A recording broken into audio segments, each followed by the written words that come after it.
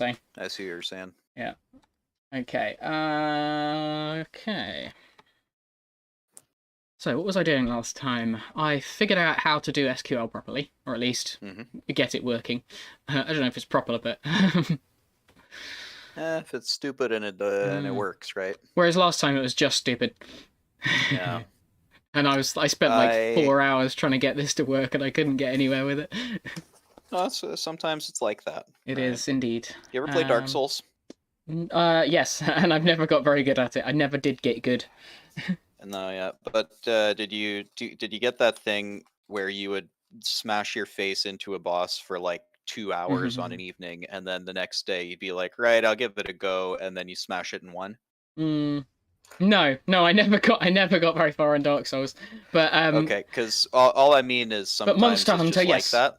But Monster Hunter, yes, Monster I'm Hunter, very much thing. aware of that.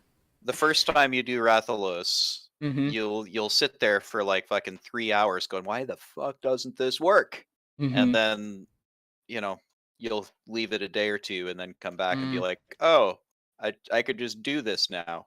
Yeah, the latest game that's doing that for me is Titanfall. It's a multiplayer game, but you'll spend your first. Oh no, yeah. You'll spend a while just getting kicked around the servers, and then. Oh, dude, yeah. And then, like, just one day you wake up, and then you move like they do. Yeah, I get the same thing in fighting games. Like, it took me a while to get good at Street Fighter, and it doesn't help that tutorials for those games are dog shit. But also that they're some of the most complex games out there, right?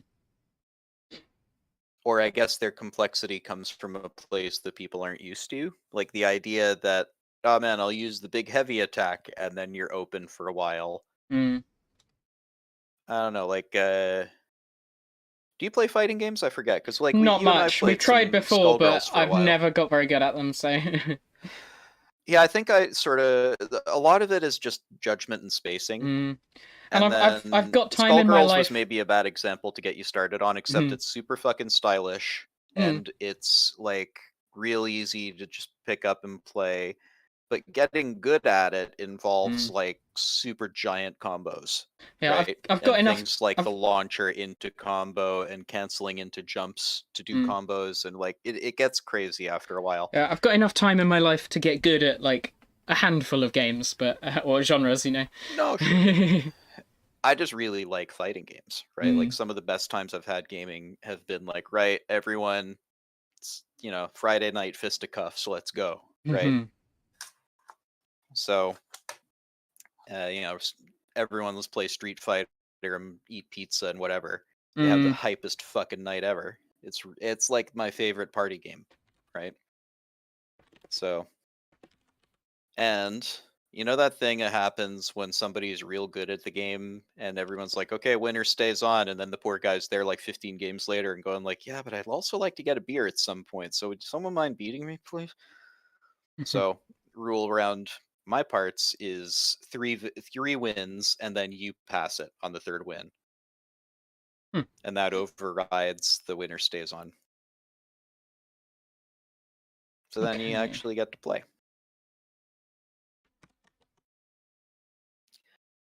All right, so I have stopped halfway through. I stopped halfway through writing this line, apparently. And now it's telling me, hey, this line doesn't do anything. Okay. Let's check it out. So which line? This line right here. It's yeah. Database.add. Yeah, all you need to do is add the database. Well, I've got a database, but then why are you adding a database? Because I'm adding something to it, and I've completely forgotten what I was writing at that point. So maybe finish that line then. It would have been an artist. Yeah. Add, please. That'll be it. Add artists, and then I need to actually look up what where that function was. So it wants a connection and artist data. I wonder if there's like a polite. I think I have seen something like that where you could, which is like, define x equals 3, please. Yeah, basically like someone's instead of semicolon at the end, you just have to say yeah, please. That is literally what they've done. I think someone has made a compiler which I think it just takes like C code or something, but unless you include the word please at the end, it won't do it for you. It'll give you a syntax error for impoliteness. That's amazing. I love that. I've often thought that about not coding, that's funny, but like whatever, but on things like Alexa, right? I feel stuff like that, especially if you've got kids around, it Yeah. should be like And like you have a custom command for it, so if they ask it to do something, if you ask it to do something and you don't say please, it, it repeats your question back to you and then says what. So like, oh, Alexa, turn on the lights. Alexa, turn on the lights. What? That would be good. I think less smarmy though. It would just be like, I think just what's the magic word? Yeah. And you go, oh, sorry, please. I'd be like, thank you. Yes, I will do that. Oh, apparently that would just be, that would go such a long way. I mean, I could see people getting angry with it, but I could also see like, it's when people see like a little kid going like, Alexa, turn on the light. And then it turns on the light, and then they're like, that's so impolite. And you're like, well, like, it's a machine. I press a button, I'm doing the same thing to the toaster, right? Like, But a kid hears a voice and they think, oh. Like, kids are humans. Like, humans are real smart, though, right? Like, the kids are super smart. They lack context, right? They lack context and experience. They don't lack brains. They're smart little things. So when you say please and thank you to the machine, they'll be like, what? No, I don't know. Why would I do that?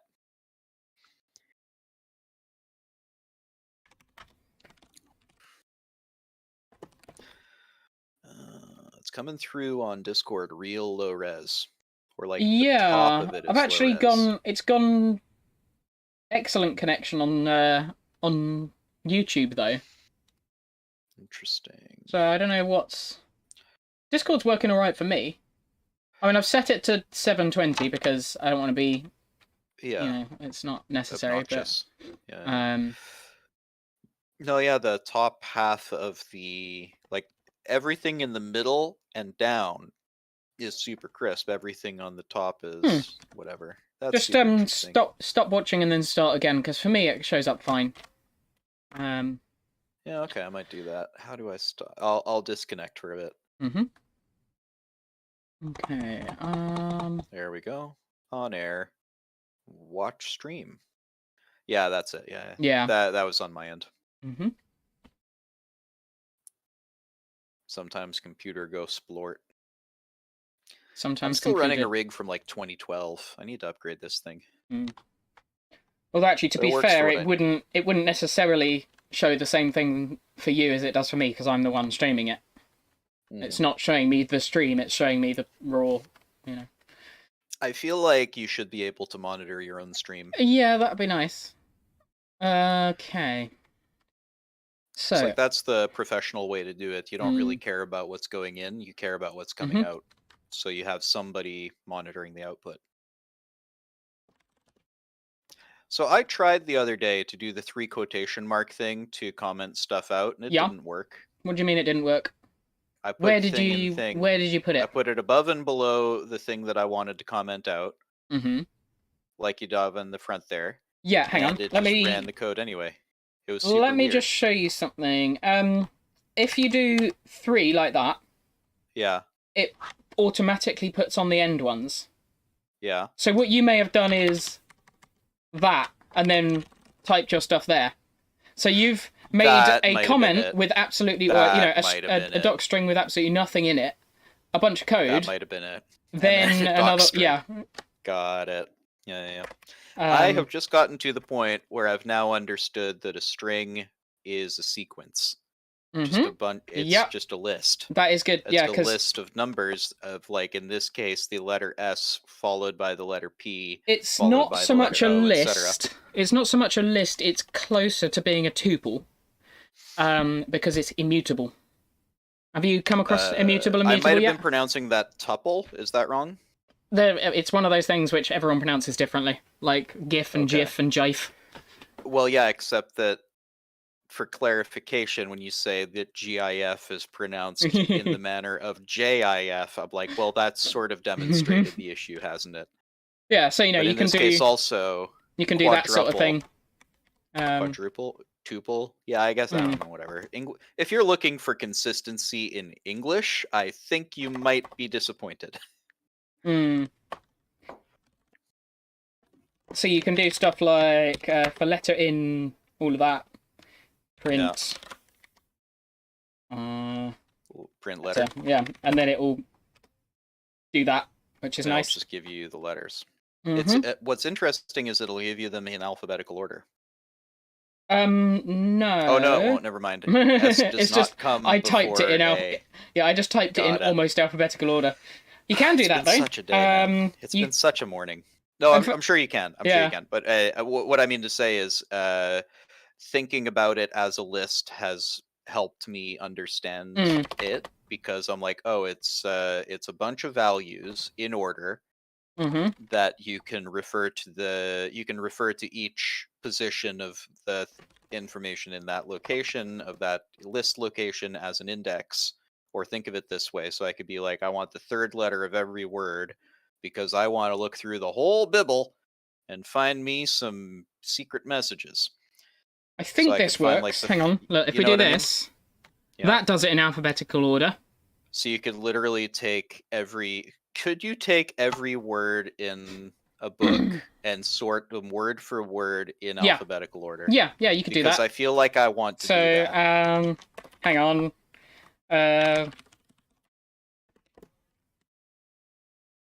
The quick brown fox jumped over the lazy fox.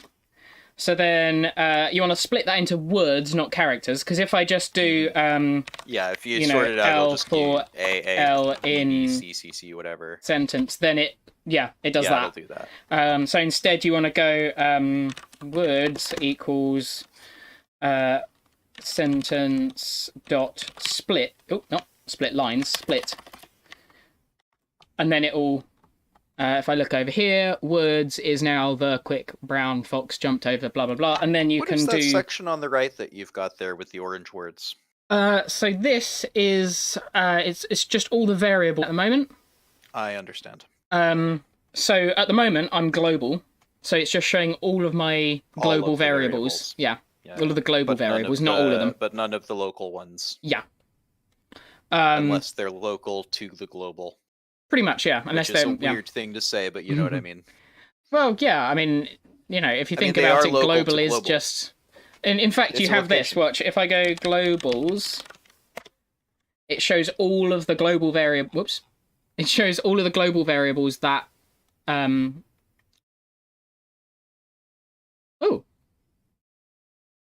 Hang on. So it's saved each of those as a variable. Oh yeah, even this. I think that shows. Yeah, I think that's because I've got IPython loaded as well. This isn't like normal.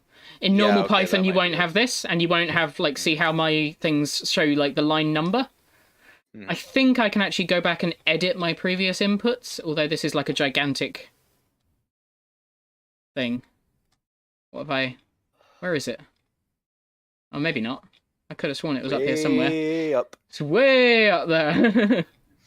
Oh god, you might not have ever seen. There was like a kids show in Canada for a long time. The green friendly giant. And I can't edit them. It would start with, like the opening was, look up, way up, and the camera would pan up to this like man in tights who had tiny props around him because he was a giant. But yeah, so you have globals, which just lists all of the global variables. So that will show everything at the top scope, basically. And then you also have locals, which does the same thing when you're doing it in a global scope. But if I say, for example, just write a quick function, and then yeet. Yeah, let's call it yeet. And then I'm just going to say A equals yeet. Meh. And then I say print locals. Yeah. Then it will. What? Oh, go away. You've Amazon. told it to print locals inside the function. Yeah, but that actually should be printing out A. Oh no, I didn't run the function. Ugh. That's like, yeah, also. yeah, there we go. Now it prints A and the value meh. Yeah. That was stupid. It's like, why isn't it working? Why didn't the thing that I'm not running run? This is literally like the first thing I tell anyone about functions. Stream broke up there. What was that? Oh, this is always the first thing I tell anyone about functions. It's just because I used to teach it. Is that you've told it how to do a thing, but you haven't told it to do that thing. I'm still giggling a little bit about get.rect. Oh yeah. Yeah, because it's like, of course, we'll call this variable rect, and then we'll get it's a rectangle. Yeah, this is get.rect. Pygame, which is a library for building like 2D games in Python. And I guess you could do 3D too, but my God, what a ball ache that would be. But yeah, Paul's been learning. You would effectively have to code your own engine in a library that's not intended for it. But yeah, so there's nothing says you couldn't make a 2D projection of something in Pygame, but Jesus, it will be very inefficient. Okay, I mean, there's better ways to spend your life, man. But yeah, you're saying this thing is really, really handy. Yeah, it saves you from having to. Is there a button to open that somewhere? It should open always. I'm gonna open my PyCharm. Yeah, you may need to, if you pay attention here, you may need to go up to Edit Configurations in your Run thing up here, and then tick Run with Python Console. Yeah, maybe. There. Let's prepare me a workspace. I don't know if I untick Run with Python Console, let's see what happens there.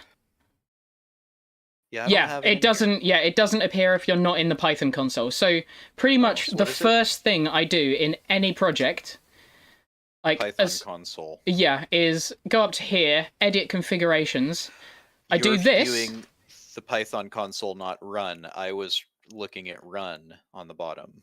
Yeah. Got it. So if you're in run, I don't know why it defaults to run. There's probably some reason but in my experience, Python console is absolutely in every situation better. Like, there's nothing that Python console does. I've only been using the defaults because I don't know the difference. Yeah, and in my opinion, console is the shell. Is console the shell? Yes, effectively, yeah. So, in my opinion, this should be the default, but it's not. And it does this for every project because this is a project configuration. It's annoying. So you have to do this in every single one. So if you go up here, click on that, edit run configurations, tick run with Python console, then go up to templates and Python, and do the same thing there. Or I could just click on Python console at the bottom. Yes, but that will not have your that won't automatically run it.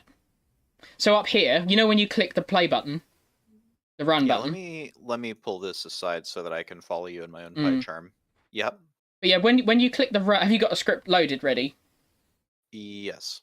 Yeah. So if you click that, and if you've got the name of that one up there, yeah, edit configurations, then run with Python console. Can you see that? There's a lot of options. Yeah. So scroll down to execution. It should be quite... Execution. Run with Python console? Yeah, and then, before you press OK, go to templates on the left, select Python, and then do the same thing here. And that way, every single time... Python? Sorry, hang on. Templates, Python. And then do the same thing. Run Python console? And now that you've set the template, so press OK, now that you've set the template, every new run configuration you set up will have that same thing set. Okay, so if I run this now... At least for this project. If you open a new project, you'll have to do that again, which is... Didn't I set the thing for here? Let me make a new...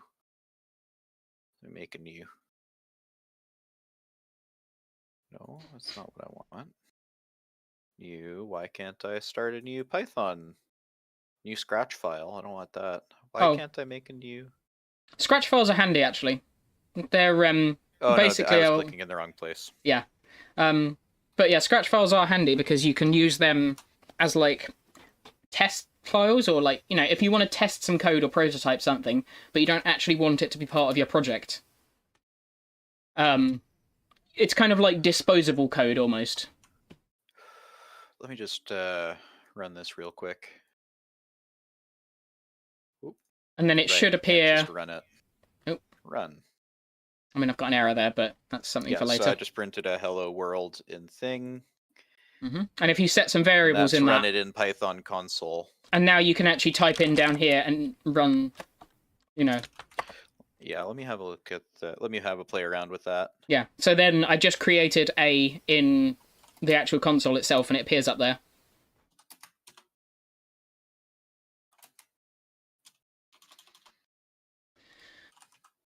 But yeah, that's what it should default to. I don't know why it doesn't. Okay, what was I doing? So I am... Excuse me, I'm going to sneeze, and I need to mute my... Oh no, is it going to sneeze? Sweet, got it.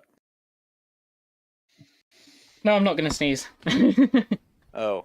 Good to know. Good to know. So now anytime I run stuff, so that appears to have done it as a template thing. But if you start a new project, you will have to change that template again. Got it. Which is annoying, but I have asked a question on the PyCharm Discord channel, but I haven't got a reply on that yet. It's a very first world problem. Huh? I don't know why run even exists, to be honest.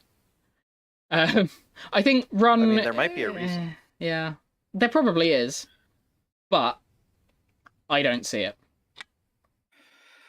Okay, so you're recommending that I run stuff in Python console for the most part. I mean, someone might swoop in at some point and say, "Oh no, you don't want to be doing that." But in my experience, we can ask opinions too.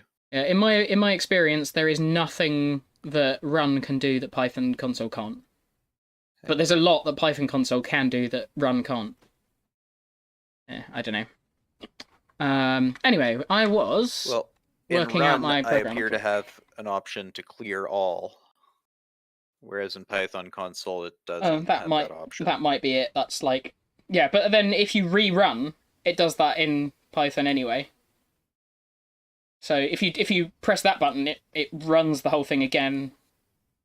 It's doesn't appear to. I mean, either way, it's an incredibly, incredibly minor thing. It's an incredibly minor thing. It's like, why? Why is that a problem? Well, I'm just looking for any restore default layout. No. Actually, restore default layout. Sure. But yeah, I've got a few like there. I've got a few plugins on my PyCharm as well, so it might look a bit different to yours. I've got different icons and a different color scheme, layout, and all sorts of things. Oh sure, yeah. I'm just using stock dealy. Yeah. And of course, I've got my ligatures, which I'm growing to like them actually.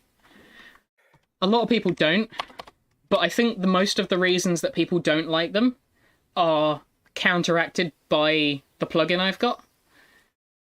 What's a ligature again? A ligature is... Oh, no, it doesn't work like that. Oops. Like that. So you see how that turned into an arrow? Instead of being an equals and a right, it's an arrow. And then if I do less than equals, it's a less than equals sign. And if I do like greater than equals, it's a greater than sign.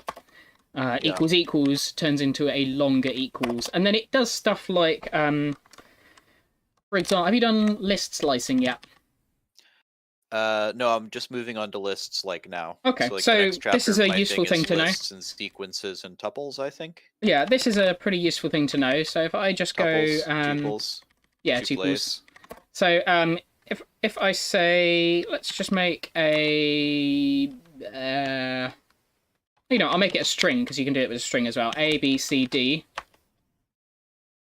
And then if I go A, and then as if I'm looking for an index in a list, you've just said you can do that. So for example, if I do that, it will select B, right? But if I do a colon in there, I can do up to 3 colons for different... is it 3? No, it'll be 2. You can do 2 colons for things.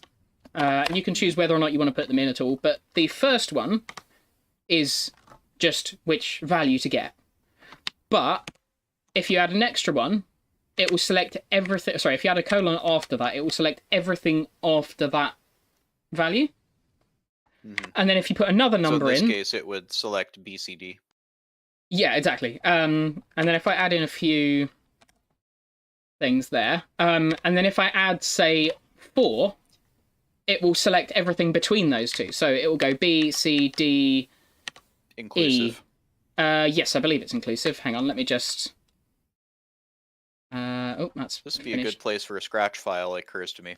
It would be, but this is a small enough thing that you might as well just do it in the console. Yeah. So A equals... you know what, why am I not... this is a super handy tip that escaped me for the longest time. If you import ASCII... Oops, no, not ASCII. Wait, hang on. I can't remember the actual name of the... American Society for Computer Integration, something or other. Oh, hang on. No, it might not even be a thing you need to import. Why would you need to import ASCII? Isn't it Oops, just part of Unicode? ASCII... ASCII is just part of Unicode now. Oh, no, that's not what I'm talking about. Oh.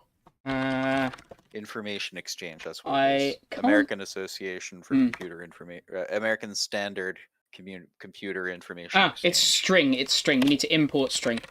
So, yeah. Import string. Import string.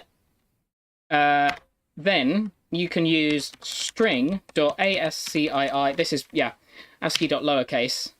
And then it will give you a string containing the alphabet, which is quite nice. Yeah. So if you ever need to get the entire alphabet, for whatever reason, which does come up quite a lot, and that's how you do it. Well, occasionally, yeah. I guess having an already ordered list of 26 things. I mean, sorted does that for you, but there are situations where you will want that. I'm just trying to think. I'm really just at the beginning, so I can't really see. Yeah. Anyway, don't worry about it. I'm just using it. I'm just using it as a shortcut for typing out the entire alphabet right now. Got it. So if I want to get the sort of a bunch of numbers from that, I could say 1:4, and then that gets B. So it's inclusive of the first one, but not inclusive of... Hang on. 0, 1, 2, 3. Yeah, so it's not inclusive of the last one, but it is inclusive of the first one. Yeah. And then, like, if I wanted to get everything except for the last one, I could do... Or everything except for the 2 endpoints, I could do that. So then it chops off A and Z. Or, everything except the last 2, I could do that. Yeah. But the other thing you can do with this is you can, say, give it a start point, an end point, and a step value. So if I want to get every other letter between the first letter and... Maybe that's... I'll give it a bigger range. If I want to get every other letter between the first letter, starting from the first letter, and the 7th letter... So actually give us the second, fourth, then sixth. It goes B, D, F, right? Yeah, so I got it. But also, if you want a start point and a step, but you don't want an end point, you just want to get all of them starting from that point, you take that out and you get 2 colons. And here's the thing, you notice how... Here's when my... the reason I brought this up. I've got a ligature here, which just slightly squishes together the colons like that. If you find 2 colons next to each other, they squish up slightly. It just gives them a little bit more separation. It just makes it ever so slightly easier to read at a glance what it is. Yeah, I see what you mean. Because instead of looking like just 4 things in that, it looks like its own symbol. 2 things separated by 1 symbol, which is kind of what that is. Like a little square as opposed to 2 sets of colons. And that will give me, all of every other letter starting from B. So this is, and you can do, just the last one. You want to get every other letter starting from the very start of that. it will give you that. Which is, it's quite nice. And I've, I have used this for some interesting stuff before. If you want to copy a list, so here is I'm gonna get into something a little. It's something that isn't usually introduced until a little bit later, but it's not that complicated. So you have mutable and immutable. So a mutable value, immutable values are something you can't change. Something you can't change, yeah. Immutable. Again, there's actually two different things that might be referring to. So Michael, stop. Yeah. Stop. I will. My brain go explode. All right, so I will go with just the simple bits. Please later. That's fine. Mm-hmm. I'm only just getting my head around what a list is, and I don't for the life of me know what a tuple is yet. Mm-hmm.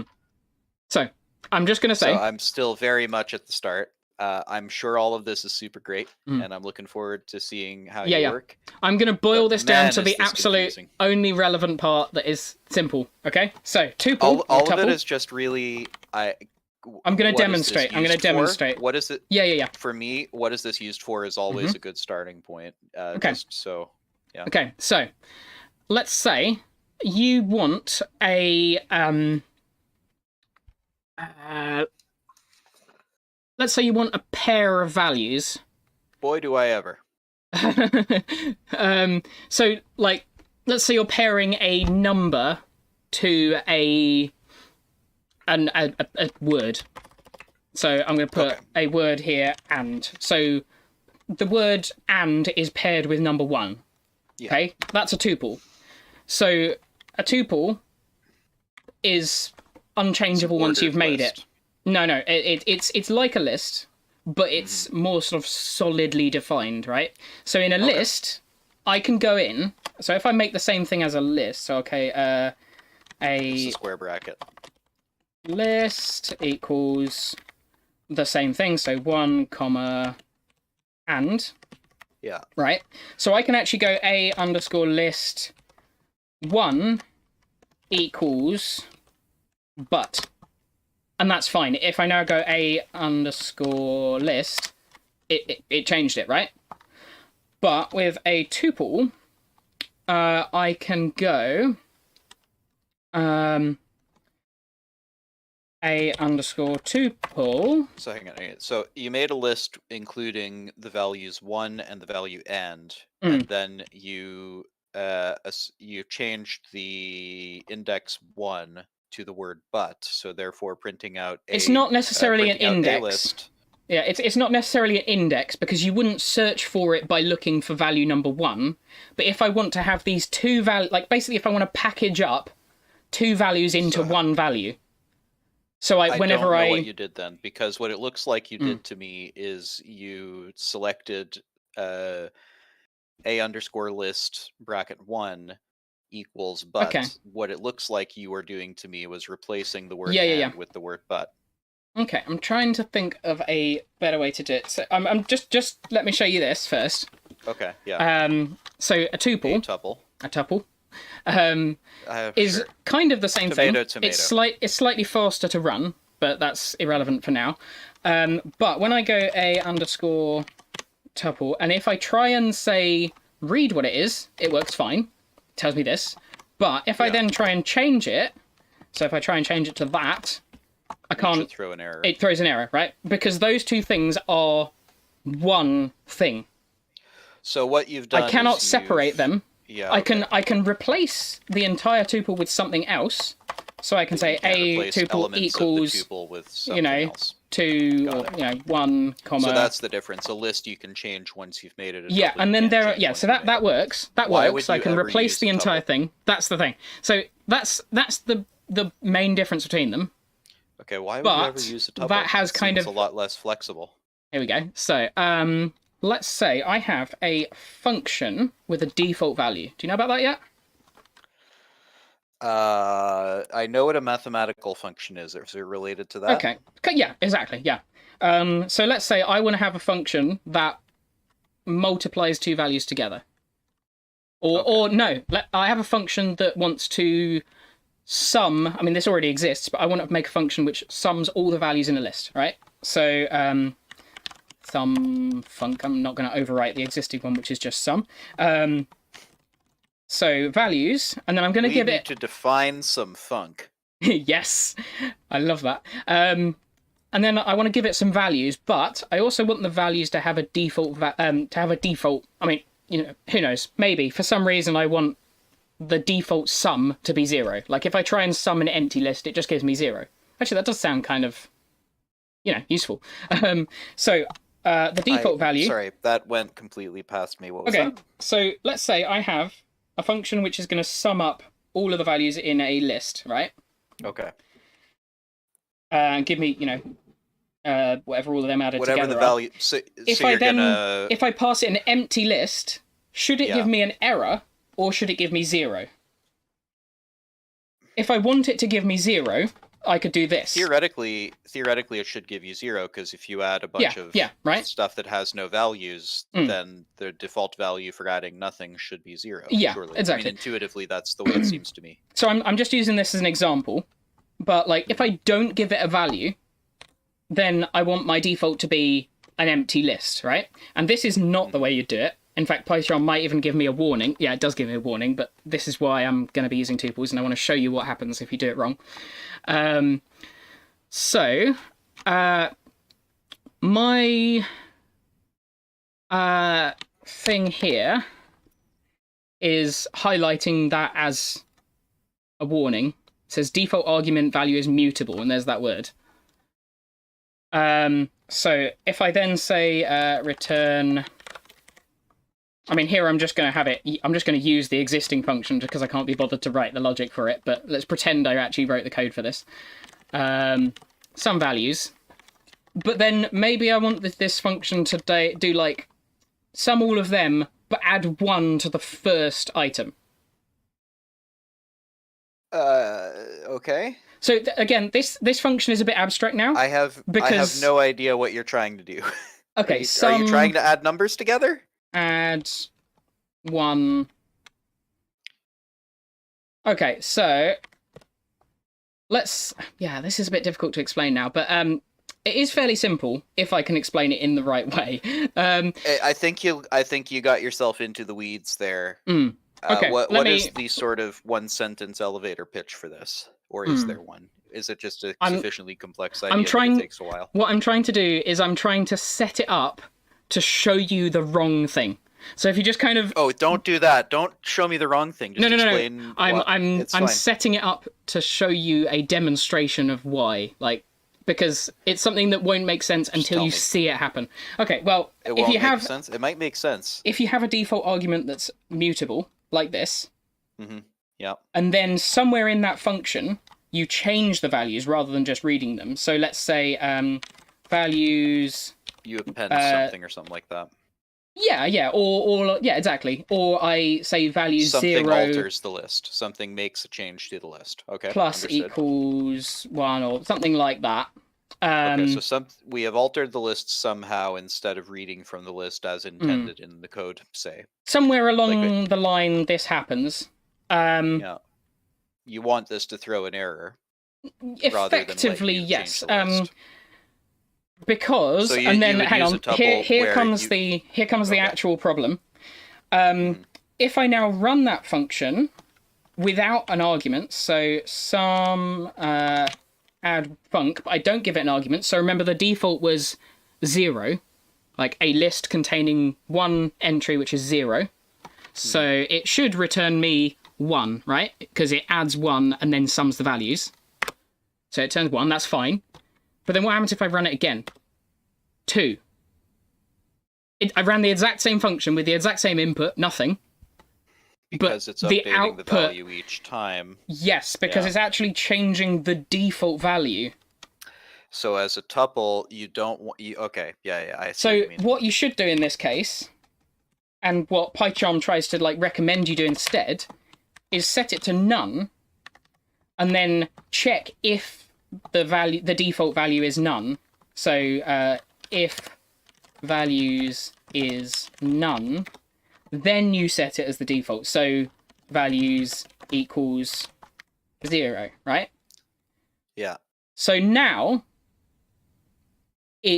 none is immutable, so I can't accidentally change the value of this. I can't accidentally change the default value, because in order to modify this, I have to completely replace it, like I've done here. I've replaced it with what I want the default value to actually be. Okay. So and now, if I run that exact same thing again... So instead of writing all of that, you could just go tuple thing. Well, yeah, but I mean, it effectively, a tuple is immutable.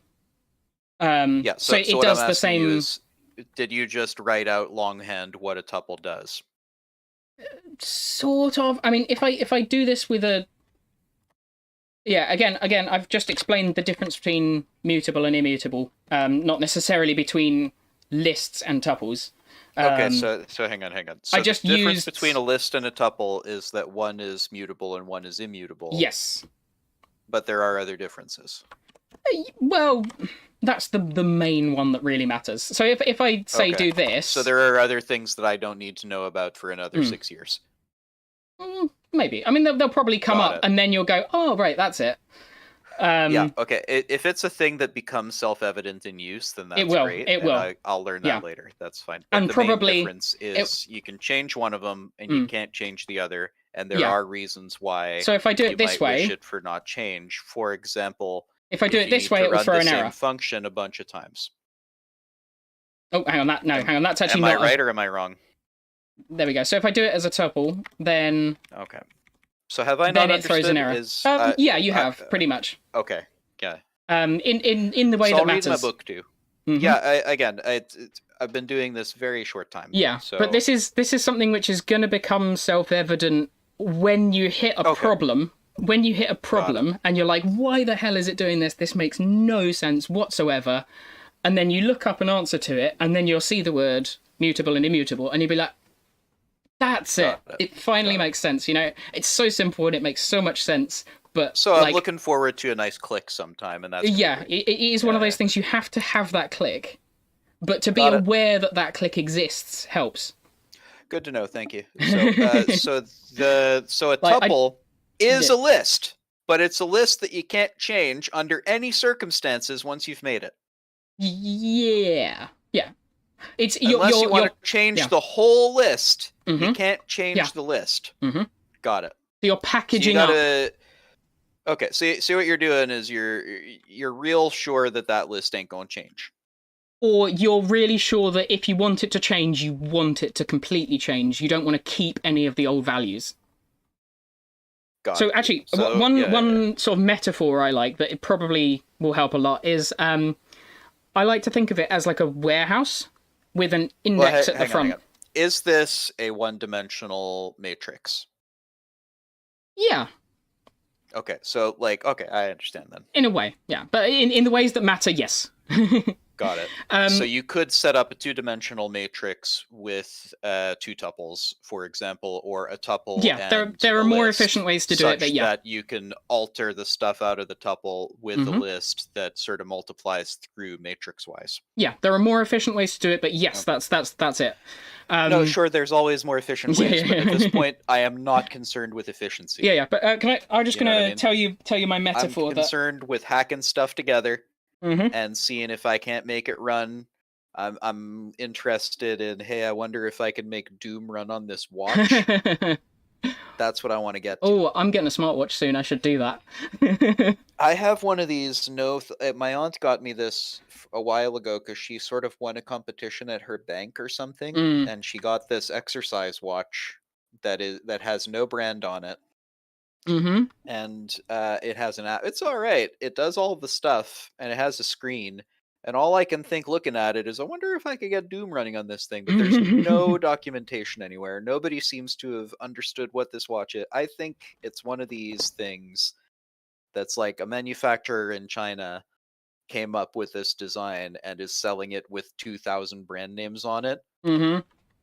Yeah, I know what you mean. Is going to be in Chinese. So I'm like, all right. But yeah, so the metaphor I was going for, imagine your warehouse. Yeah, imagine your Python program is a warehouse, right? And all of your variables are stored in boxes in that warehouse.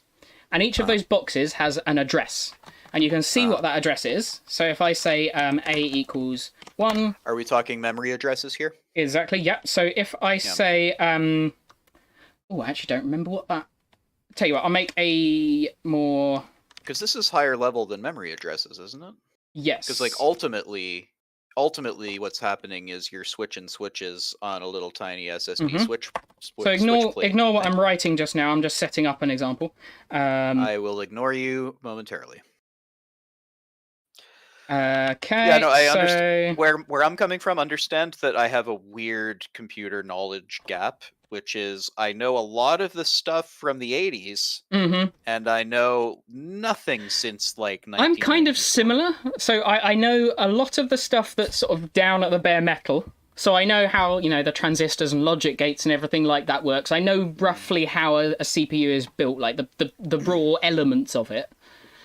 Like I couldn't build you one, I know how its simplest components work together. Yeah, like and I know how to program. Switch works. I know how to program higher level programming languages like Python, but anything between those two, anything in like BASIC. Anything between those two is complete mystery to me. Yeah. Yeah, I was doing stuff in BASIC, right? So like that's my first programming language was I think either BASIC or assembly. I think I was actually doing stuff in assembly, and like on the Hewlett Packard in But anyway, what I was trying to do, A equals test. So I'm just going to make A, which is a new... It's basically just a nothing thing. It's an object that does absolutely nothing that I've just created here. So A is test. So I've put a test object in a box called A. And A is a box at this address in the warehouse, right? It's this number. Yeah, it's that hex value. Yep. And I have an index, like an index at the front of my warehouse with lists of all of the variables. That's my globals. Oops. Yep. Effectively, except I can't type. That's this, right? And that's a list of all the variables gigantic. That you've assigned to memory locations. Yeah. Though interestingly, it's not giving you the memory locations of those variables. No. Because I guess at this point it doesn't matter. It doesn't. Yeah, exactly. Python hides that from you. So if I don't give it if I don't give an object a method to display some more human readable text, then it will give me the memory address here. Got it. Have you fucked around with a hex editor before? Yeah. Those things are fun. Anyway. Side note. But what we have is a list which effectively stores like another index. It doesn't store those objects themselves. It stores that a smaller clipboard. Where they are stored. Yeah, so it takes a smaller clipboard, writes down a bunch of like numbers, so 0, 1, 2, 3, 4, and it says the object in number 1 or in 0, is at this memory address. And number 1 is at this memory address, and number 2 is at this memory address. And then... when you say number 1 and number 2, are these variables? What are you talking about? These are the indices of that list. So this is 0, 1, 2, etc. Got it. So then imagine like a robot or a warehouse worker goes to the if I kind of break down the process, he goes to the index, sees, I need this list, this name, this thing called task list or something. That is at this memory address, so it goes to find the address of the task list, opens up the box and finds another index, right? And that index is because it's set as a list, and then it goes, okay, I need to find value. It's asking for value number 3, so it goes down the list, finds 3, and then that's another memory address, so it has to go and find that address. So it goes on a bit of a scavenger hunt, right? That is the worst warehouse. Yeah. And then it goes to find that next box, opens it up, and here's the actual value that is wanted, right? This is, say... If that one warehouse worker were not traveling at literally the speed of light, then this would be very inefficient. Yes. Thankfully, they are actually moving at the speed of light, and it's a very small space they're traveling along. As it turns out. As it turns out. I get you though, yeah. So dude goes to the office to figure out what's needed to be got. He goes to the memory address, which then says takes out, this reads memory it, address sends it back contains to instructions to get to the next one. And then he sort of follows the breadcrumb trail until he gets to the place where he actually needs to get the thing. He puts that into the fetch stack, throws or the fetch execute stack, throws that onto the stack, and then goes back to the office to figure out what the next thing is. Cool. And then so that's how you read it. Then let's say we want to, that's the same for mutable and immutable stuff. But then what if you want to change something? So let's say I want to change a value in a list. So he goes, does the same exact process, except when he gets to that box, he looks at the list, finds the next box. Changes it however he's done it. Finds the next box. He goes to the place, finds the next box, takes out what is in that. Well, it actually just throws away the second box, the box that has the actual end value in it. Throws it away, and replaces it with a new box with a new value in it. With the desired value. Yeah. Yes. So he does an assigned thing, same thing again. Fetch execute, throws it on this stack to be executed, goes back. Got it. Then. This is the part, the low level stuff I've super got a handle on because the stack is. That's why I thought this might be a better way to explain it. From Magic the Gathering. Okay, you have to explain that in a minute. Think about it. I'm not a Magic player, so. Oh yeah, fair enough. Okay. I mean, I know roughly the way it goes, but so then let's say you have a tuple, right? Okay. In almost every way, it's going to behave exactly the same as when he went for the list. Except if you tell the guy go to change the thing and he gets there and the box is made of iron and has 16 logs around it, and he goes, I can't fucking no. And then he comes back and throws an error at you. So what he actually gets is he goes to the box, picks up the big old hammer that says error on it, and comes back and throws it at you. Kind of, yeah. So he gets to the box, and he can't change what's written on. So he can open it up. He can take out the list. Someone wrote their shit in Sharpie. Who the fuck does that? Yes. And he also can't add anything to the bottom as well. They've scribbled out all the bottom of the. Got it. Yeah. You're trying to make the analogy work better, but analogies are fine. Yeah. Analogies have a limit. He finds that list. And if he's told to replace that list, he can't do it. Or, he's told to edit that list, he can't do it. So instead, if you want to change a tuple, you have to actually replace the whole box, throw that away, put a new box with a new list in it.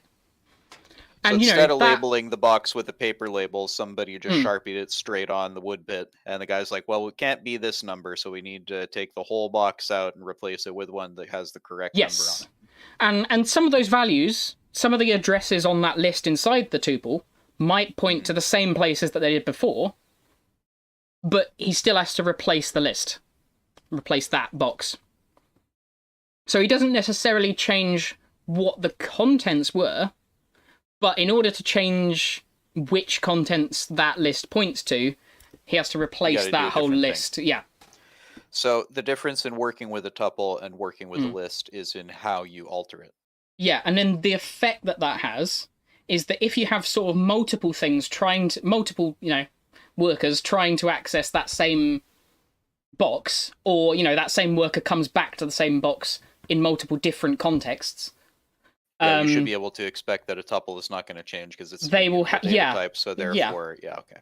Effectively, so that's the advantage. If you got multiple processes accessing the same memory locations, then your one process is not going to change the memory location before the other guy gets there, which is parallel computing, I guess.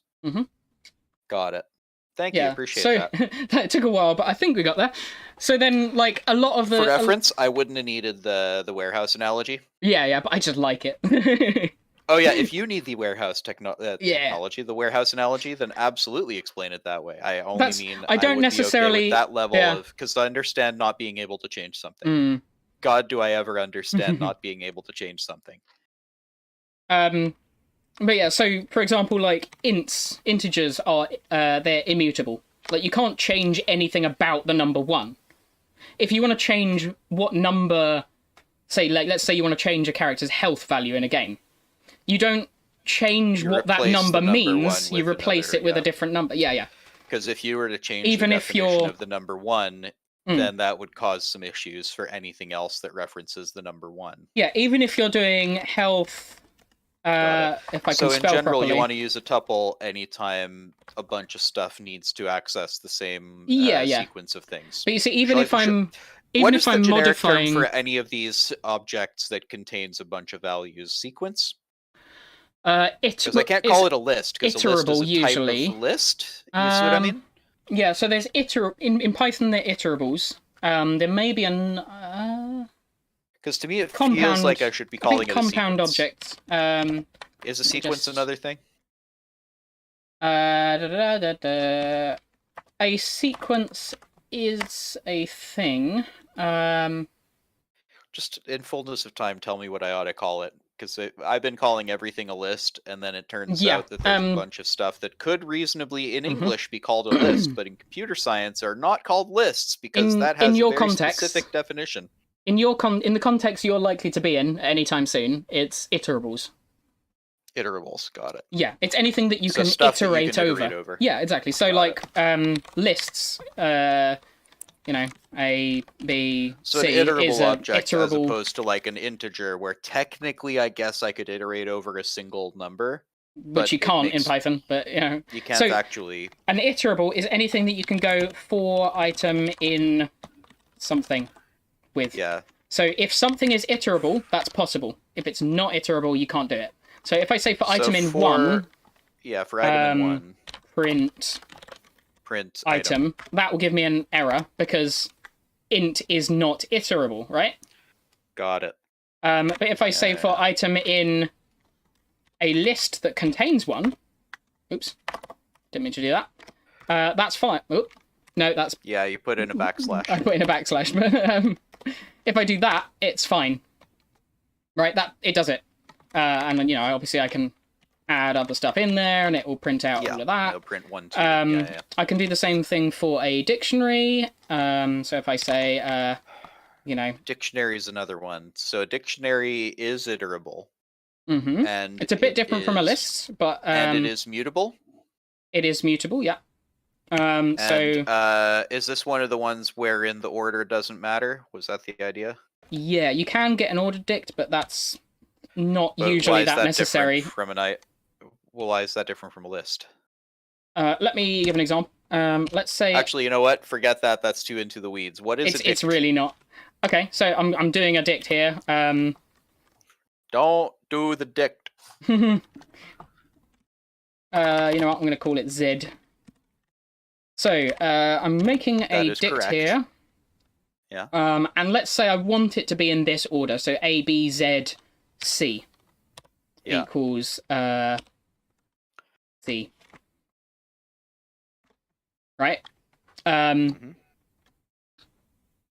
It will... Oh, you know what? It might actually keep the order until you start changing, I think. So if I now go... okay, so what is a dictionary? Equals... Yeah, so a dictionary, let me just do a simpler example.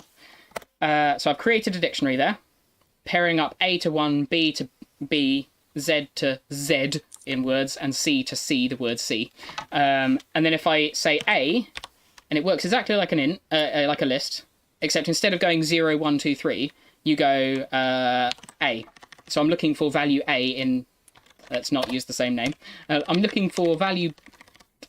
Tell you what, I've named these badly. Z is a better example. If I look for the entry under the letter Z, it gives me Z. Like what I put into Z. So as opposed to a list where you've sort of got a set index, a dictionary also lets you define according to some other name. Yeah, but then I can't go like that. Because it doesn't know what 1 means. It hasn't recorded them to a numbered list. It's recorded so them... you can't actually get an index number. You can't search by index number through a dictionary. Unless you number your dictionary keys, but then that's, like... But that's just why not use a list? Yeah, exactly. Got it. Okay. So the dictionary then is like if I have a bunch of stuff that just needs names. Yeah, so let's say I have a person... And my person is a dict, and I want to store some information about that person. So, like, first... Age, height, strength, dexterity, name constitution. equals... Yeah, exactly. So actually, this might be good, because the project I have in mind to sort of stretch my legs a bit, as it were, is to make myself a completely random D&D character generator. Yeah, in random background, random class, random stats, random everything, and just like hit the button until you get one you like. Yeah, so if you don't need any more complex behavior from that, if you don't need it to then use that data for other stuff and remember state and things like that, then a dict would be a good thing to do for this. So, for example, here I've got a person, and if I look for person, it tells me that the first name is Michael and the age is 26. And if I want to get the age of that person, so I say person... So you're building up a database. Each entry under person it's would kind of like a mini dictionary. Yeah, it's this isn't how you would do a database, but it's kind of like that. So if I search for person age, it gives me 26. It's a lot easier. So probably the way I would want to do my thing is actually with a database rather than a dictionary. You might not want to get into that straight away, but do a dictionary for now. What was that, sorry? Do a dictionary for now, and then once you've kind of got a bit further, then get into databases. Okay. You can actually just dump a dictionary to other forms of data, which is probably the easiest way for you to do it. Then you only need to learn like 1 additional or 2 additional functions of how to load and save that. I can tell you them later if you want. But so if you wanted to do that as a list, then it would be harder you could put the same data in there, but it would be more difficult to. Then you'd have to remember the order every time you want to do it. So let's say I had a bunch of different dictionaries that had the D&D 6 stat layout. If I could I then take constitution of everything that has assigned values to constitution and just print out all of those values? Yeah, exactly. So okay. So I could take like what's the average constitution of all of the guys that I've created? Yes, yeah, you can do that. So let's say in fact, so let's that's the do main that. use then, because it's like an organizational tool rather. Because I assume you could do that with a list as well if you happen to know the index of the thing. But this is just a way to abstract it into human language. Yeah. So I'm actually going to do that just for an example. So a dictionary is a type of list, would you say, where you're just naming the index? They're both a type of iterable. A dictionary isn't a type of list, but they're both a type of iterable that are very similar in certain ways. Got it. So really, if a dictionary these are all a class of iterable. I keep using words like class, which also means stuff. A type. Now you're getting it. No, the type is also a type of thing. Fuck, computers! I know, I run into that all the time when naming stuff. So I'm actually gonna, let's say... Yeah, there's no way around it. You either go super jargony so that you can talk about real specific things, but then you have to remember everything. And now you see why everything has... Now you see why everything has a complicated name in computer science, because you have to be super specific about what you mean. And English language has so many different meanings for the same thing. List. Yeah. That strikes me as I get why. That's usually because they try and go for the most simple thing that they can get away with using. I come from sound engineering, trust me. I know, right? I super know. So if the easiest way to explain it is a list, and there's no other thing which fits that name better, then call it a list. Yeah, exactly.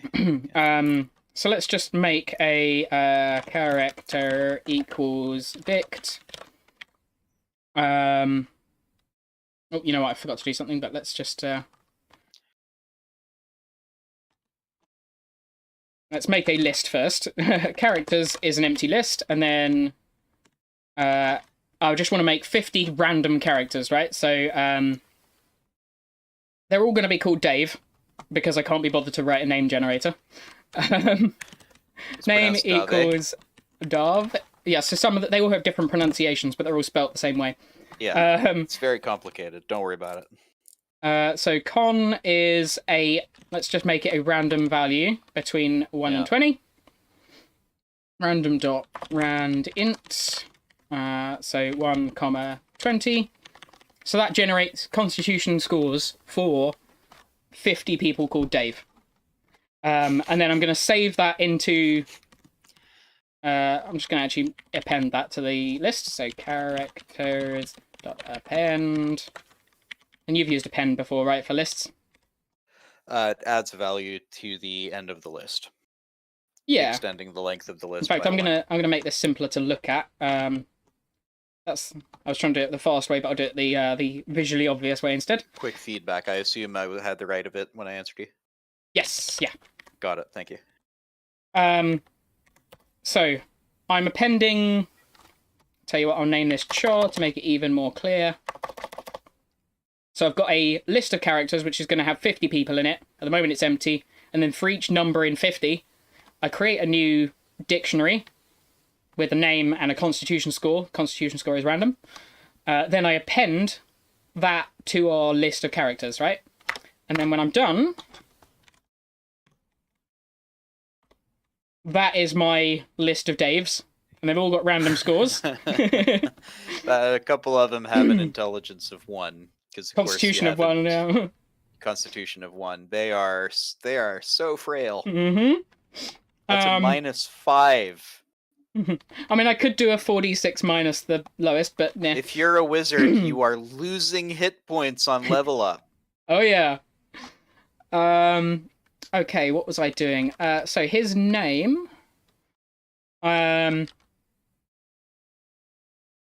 So, oh, you wanted to get like the average of all the constitutions, right? I don't know, but you can act on it, is what I mean, right? So once it's in a dictionary, you got your con value, so you can do stuff to like, I want all of the constitution values of all the guys I did. Yeah, so that in would that be case, interesting, actually. Out of your random 50, what was the average? Yeah, or so let's just start off by getting them all. So have you done any list comprehension yet?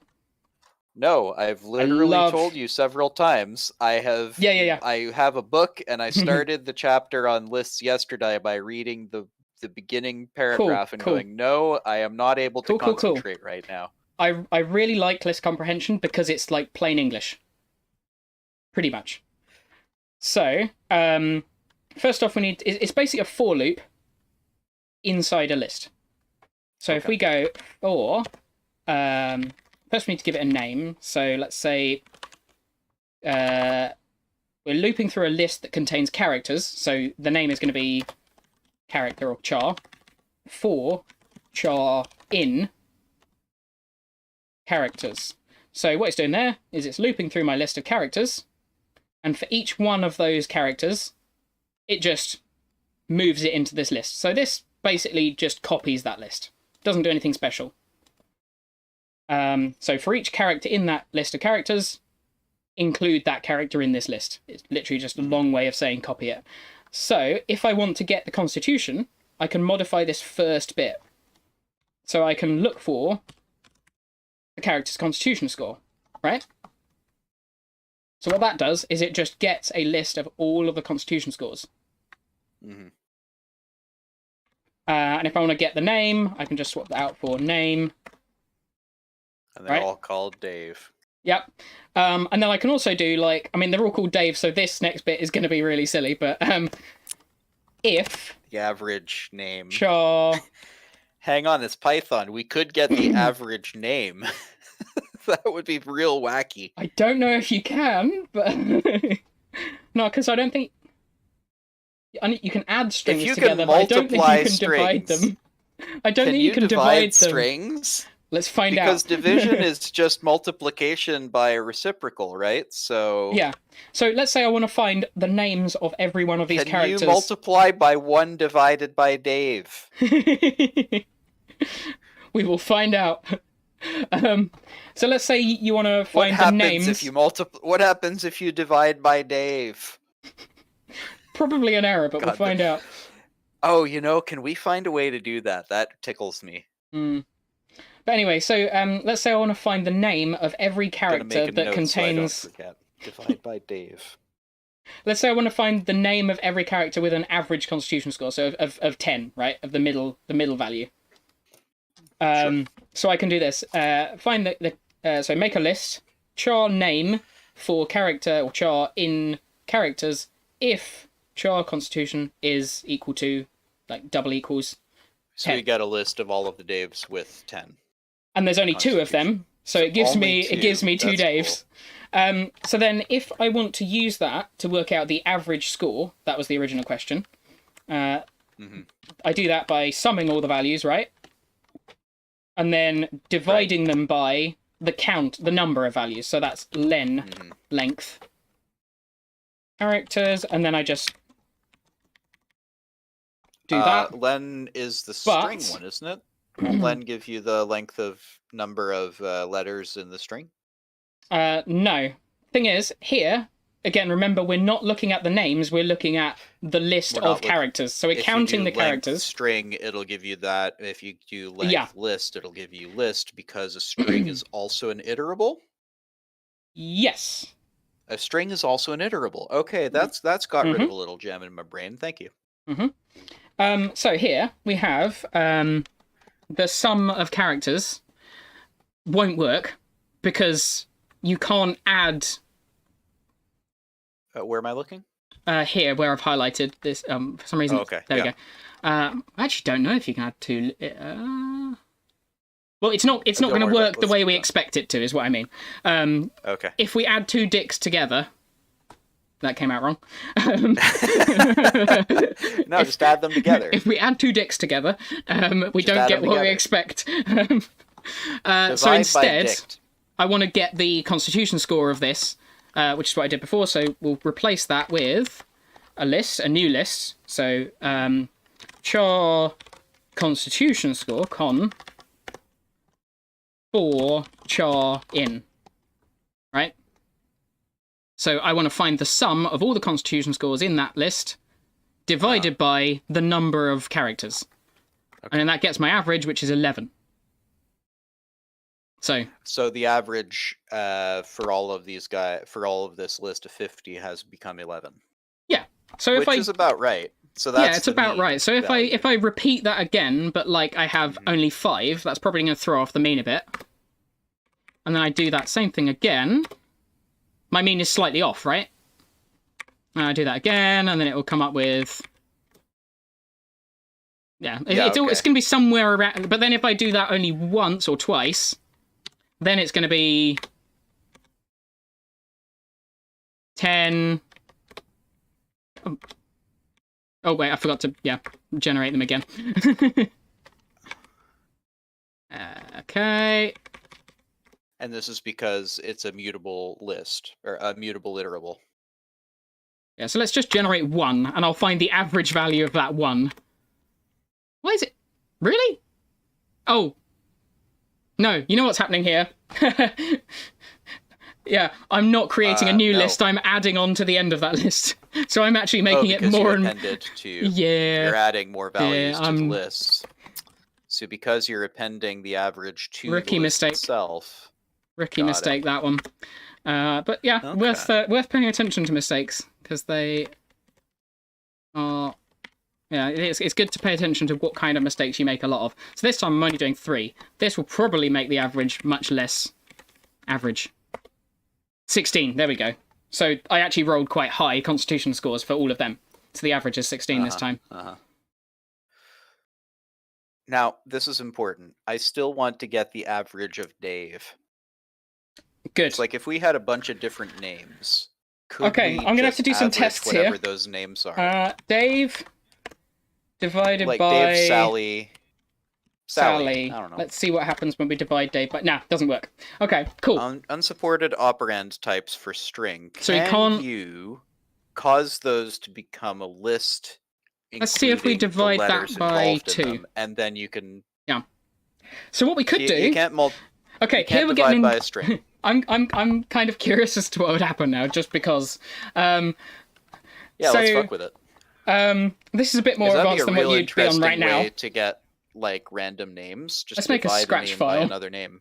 This has completely gone off on a tangent, but I quite like this now. So I enjoy tangents.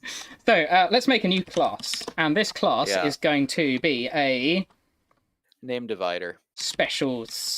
No, it's not. Let's special string. Let's look with your special string. And this is going to inherit string, right? Because it's a type of string. But I am going to... I don't remember the magic for... I don't remember the dunder for division. Let me just check. The dunder for division? Yes, as in double underscore.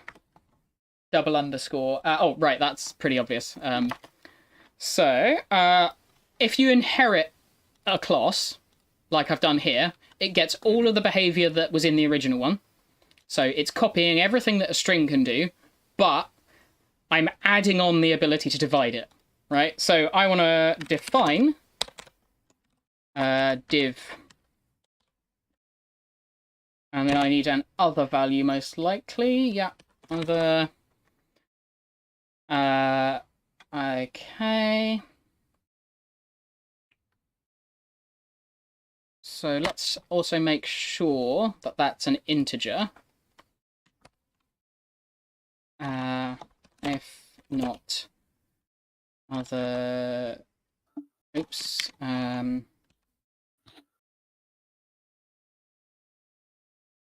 So first I'm going to double check that the other is an integer, because I can't be bothered to write how it's going to behave when you divide a string by anything else. I'm only caring about integers right now. Can you convert a string into an integer? Depending on the string. I suppose one way to treat it would be to cipher it. So literally, like, do a substitution cipher: a equals 1, b equals 2, etc., and then do math to those. So here is the problem. Here is why it gave us an error. What does dividing a string mean? Because I have to define that now. Yeah, well, I would say that the first one to do it is substitution cipher. You see what I mean? Okay.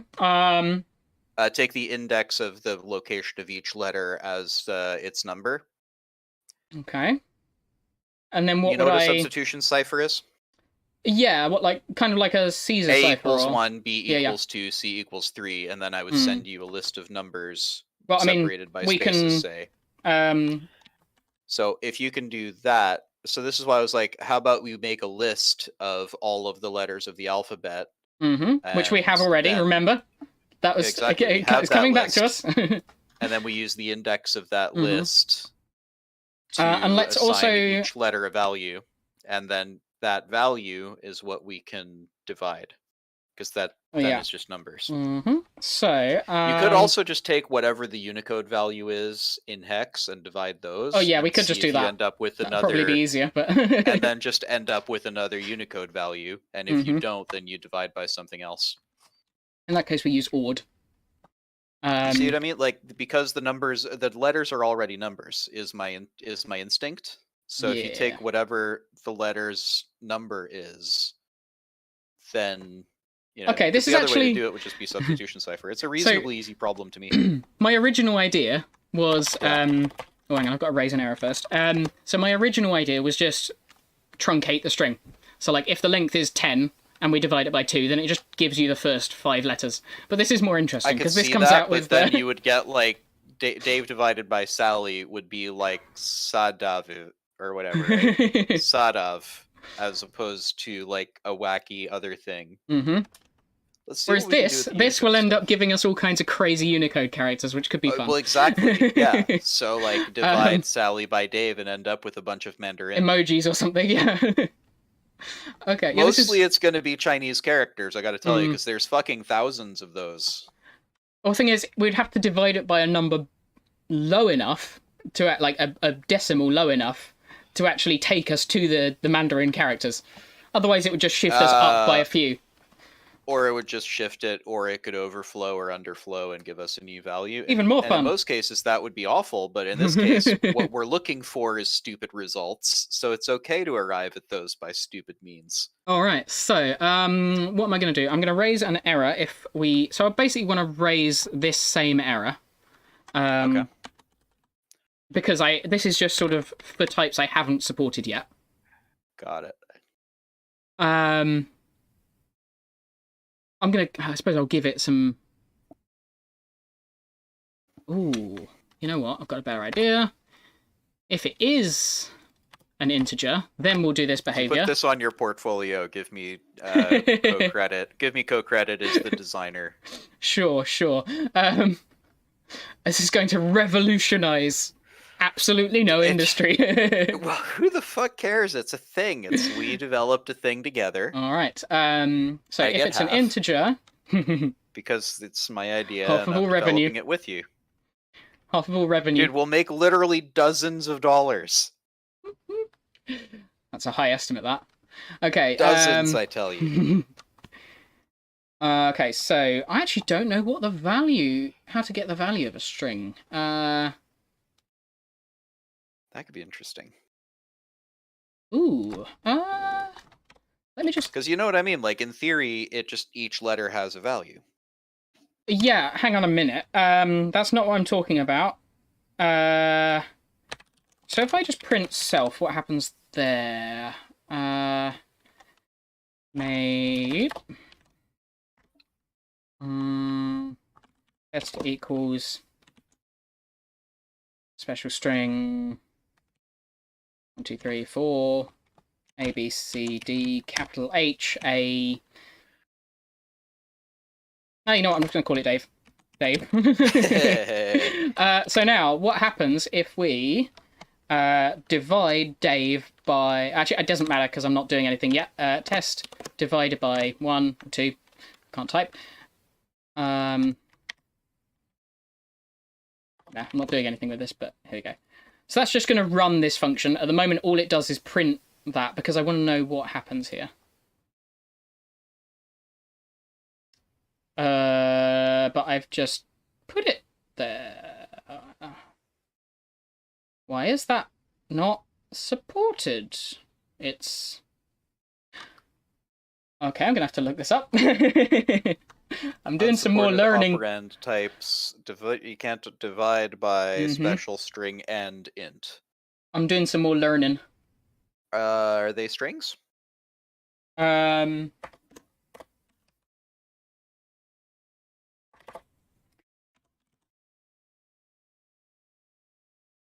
it might just be the same error. You can't divide by a string.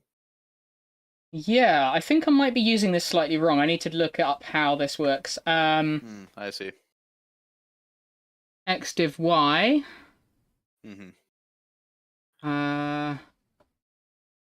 Increasingly, I'm getting that I sort of get the concepts. It's just the syntax really confuses me. So I think once I've got the syntax under my belt in one language, I'll start getting there.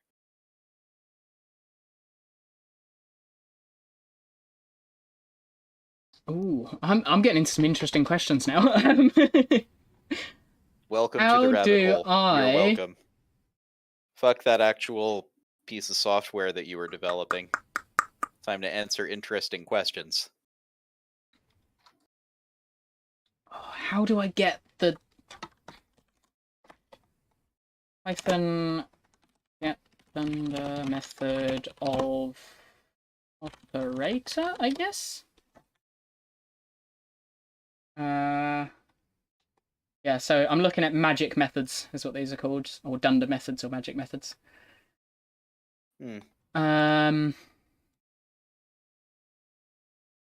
So, for example, you can override what... So, like, let's just do adding first, just as a...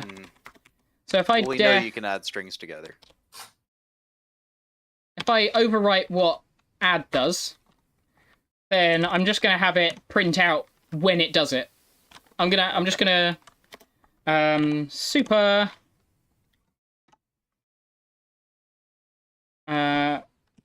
self. Do I have to include self? No, I don't.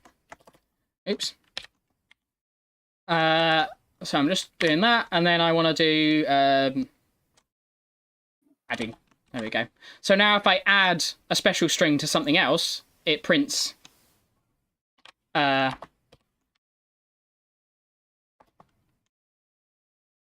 So I'm going to add a D onto the end of Dave, and then see what happens. There we go. So it printed out adding, and then it actually didn't return anything. Didn't return... Well, you didn't tell it to return anything. I did. Oh, no, I didn't. Thanks. Wait. Wait, what? I don't see the word return anywhere. No, but super should already have a return in it somewhere. Return self plus. That was the best ever. What? Oh, wait. Okay. So self.old add equals. I'm gonna have to do this, I think. Self. Oh no, it won't be self. Old add, because I need to have a backup add function. Old add equals add. Okay. Why are you giving me an error? Oh right, because that happens. This is. What now?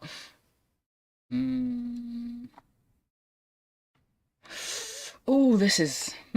How do I do this? There is a way. I've read this before. I know how to do this, but I don't remember it right now.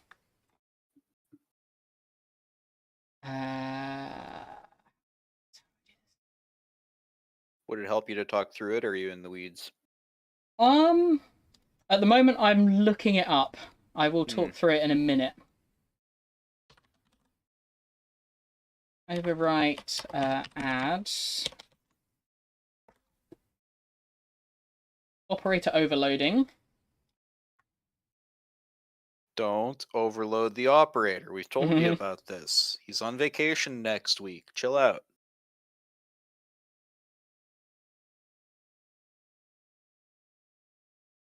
Okay. Okay, tell you what, I won't inherit string. I'll do this in a simpler way, because inheriting and modifying string can make things confusing. I will simplify this for myself. I will give it a init, and then I will just say contents. And then let's just call this an empty string, and self.value equals content, and let's make that into a string.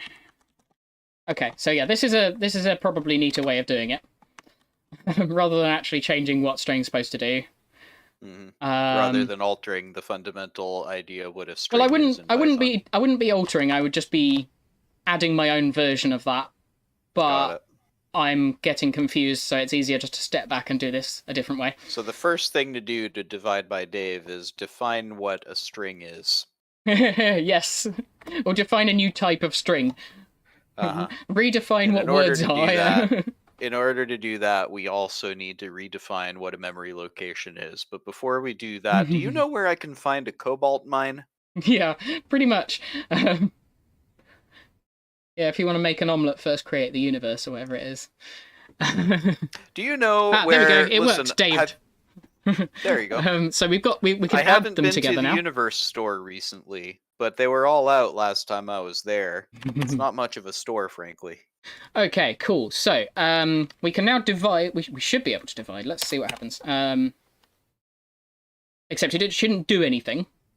No. Come on. How do I do this?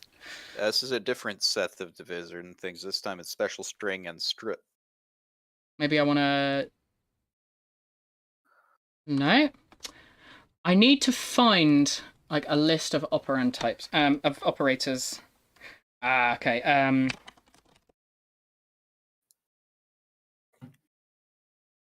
Are we asking it to divide by 0? No, we are not. We are trying to ask it to divide by whatever. We don't care what you divide by. Like, just figure out a way to do it. No, like, I'm saying I don't care because all I want you to do is print out Dave every time. I don't care what the other value is. Just always print out Dave is what I'm telling it to do. I'm not telling it to do anything at all. It's just. Oh, I see.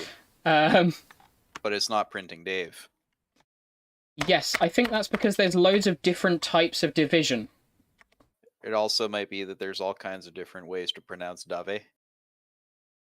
Have we considered that the computer might be pronouncing it wrong? It might be indeed. I think I might have found the right place here.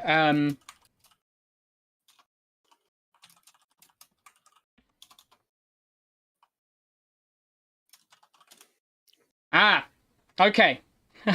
Yes. Okay, I did just jump down a rabbit hole there because there is loads of different types of division. There's div, there's floor div, there's true div, there's integer division, there's idiv, there's ifloor div, there's itrue div. There's and that's rather a lot of ways to divide. Yeah. Okay. I have discovered a method for converting strings to Unicode characters. Yes. Would you like me to send it to you? Is that just wait, what do you mean by that? Because you can just go u string like that, and that's Unicode now. Except I think it was Python defaults to Unicode. You a link of what it is. Although I do actually know of where is it? I do actually have a where is it? Where are we? Oh, right. Convert strings to Unicode characters. Let's see. Cool. Regex and lambdas. Okay. Oh, I see what you mean. Yeah, okay, cool. I might need to disconnect and reconnect. My screen's gone weird. Back in 2 seconds.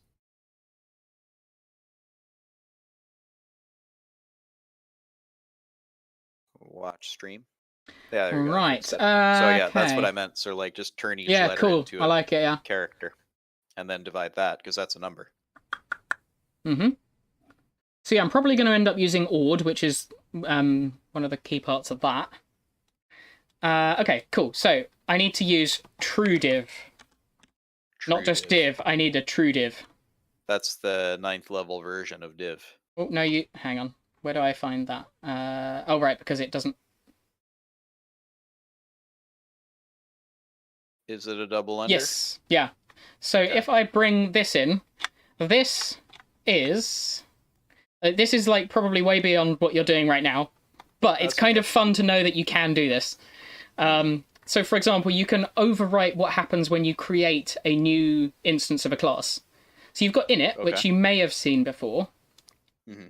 That's like when you first make it and you like set up your initial variables. So like, you know, player health, player name, that sort of thing. Sure, yeah. It's like code to run every time you make a new one. Then you have the new, which is like one level above that.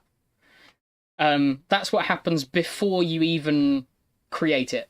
That's yeah, you can do some crazy stuff with that. It's okay. Keep going. That is like the fundamentals of how Python works. Then you can do string method, which I use quite a lot. That's a really nice one. Okay, so let's keep moving though, because I want to divide by Dave. Add, that's what happens when you add things together. So that's what I just did. So when I add... Okay. Yeah, so let's say I want to make my add value always add Dave to the answer. So def add other, and then what I want to do is have it return self.value plus, let's make sure it's a string. You know what, actually we don't need to worry about that. We can just plus, and then we'll always add Dave in the middle of whatever we add these to. Other, so now if I run this, it hopefully won't give me an error. And then I add that to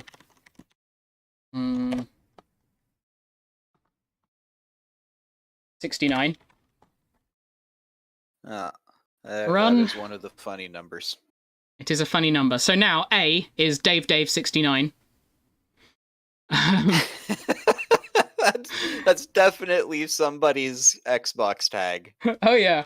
So then if I, can we add a capital X and a tiny x on either end of that though? Yeah, we could very much make a function that does that. Excellent. Because I feel like we need an Xbox random tag generator. Gamertag.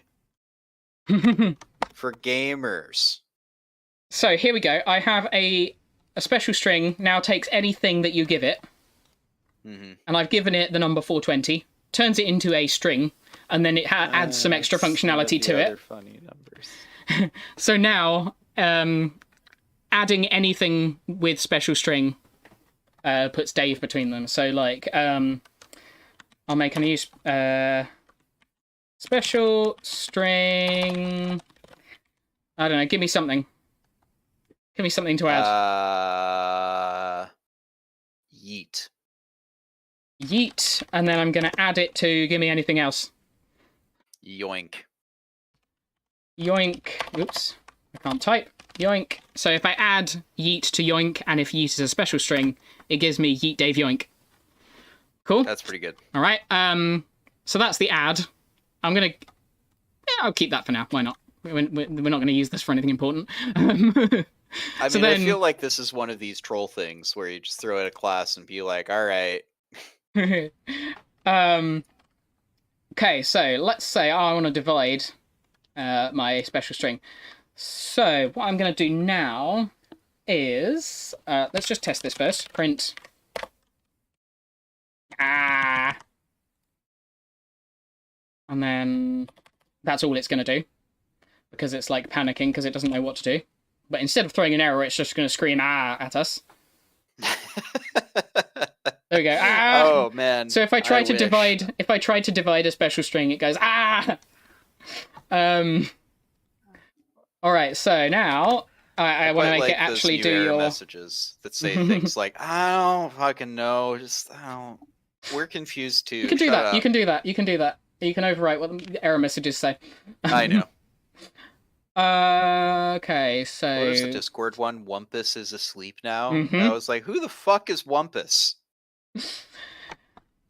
So, division, I want to return... Oh, now, what am I going to do here? So, I'm replacing the string with the... I suppose we're just hoping we can make it into ASCII, right? If any... Or Unicode. Ooh, how do I get the... Python get Unicode value. Well, I sent you that link that tells you how to get Unicode Yeah, value. but I want to get an integer value for that Unicode. Oh, I see. So you actually want... Yeah, ASCII would probably be easier for that, but Unicode has all of it in it. I want the funky characters, though. I like the funkies. I like that the average of Dave and Sally might just be, like, several smiley faces and the flag of Brazil. Yeah, that's what I want. Okay, so I found the documentation for Unicode. I'm going to read this a bit. I mean, this is... I've completely thrown out the window that this stream is going to be anything other than programming now, but I'm just in this now. I'm sorry or you're welcome, depending on how having you're too much fun on this. I'm having too much fun on this now, so that's what it is. It's my stream, I can do what I want. This is what's happening now.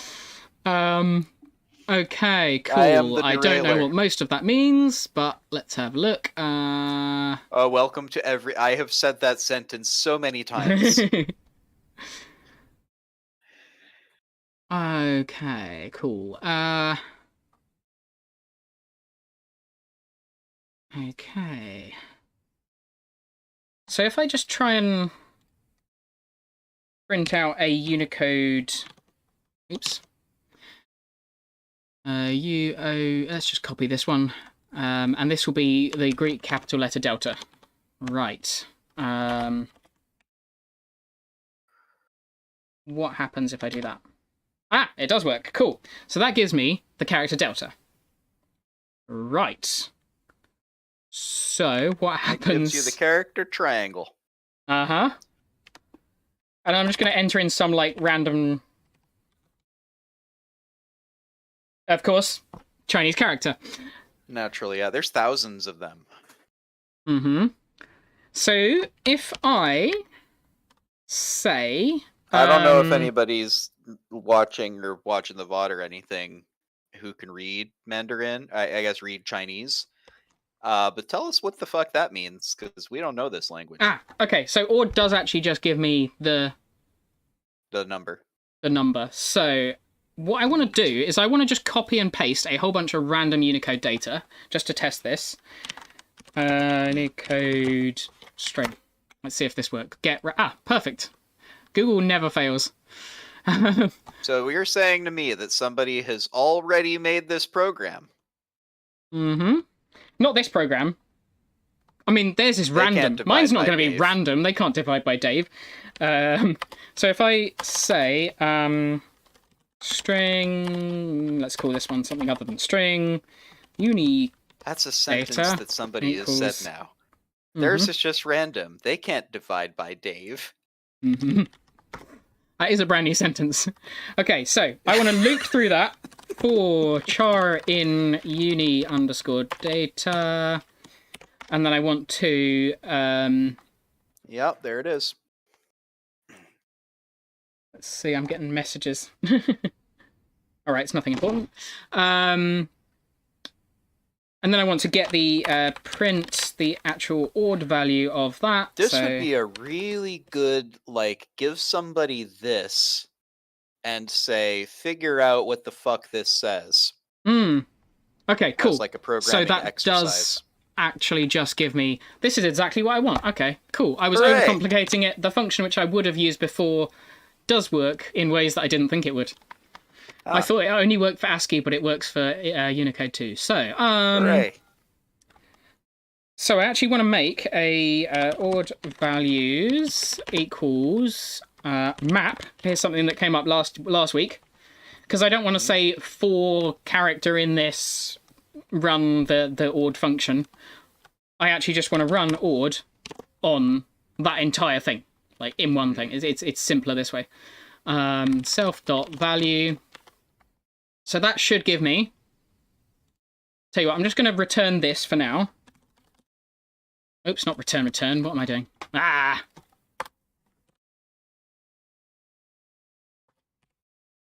Okay, return odd values. I quite like Ordvark. Oh, yeah. Okay, I'm gonna mess up my names later on once I've actually figured out what all of this means.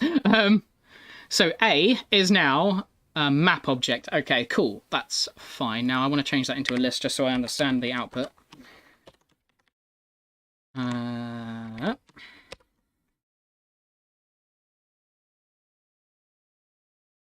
All right, cool. So that was 1, 2, 3, and it's been changed to 52, 50, 48. Cool. I don't care about it being a list anymore, so I'll get rid of that. And then I want to loop through. So I'll do it in long form first. So for num in odd values.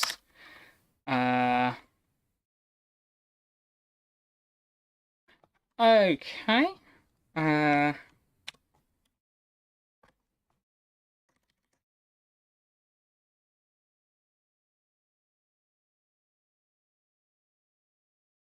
Do you want this to be a lambda? Nah. Num divided by other, right? Other.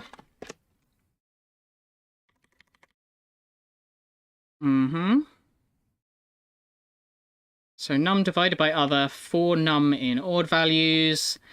Then I want to convert that into a Unicode character. So how do I do the opposite of that?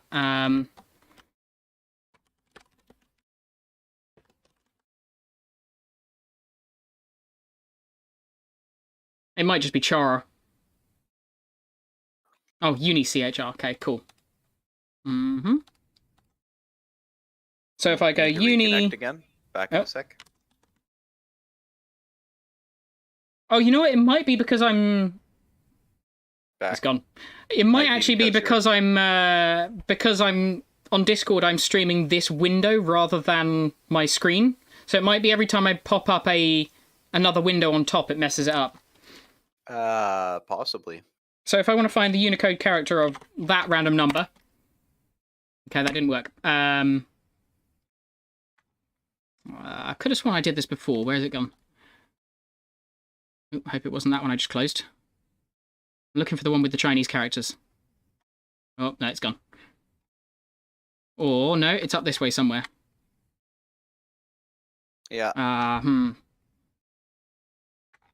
Why did Unichar not work, though? Let's just close all of that. Go away.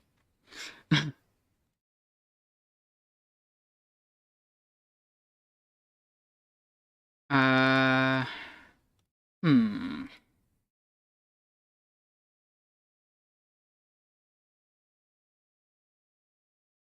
So A is a... Oh, hang on. What's...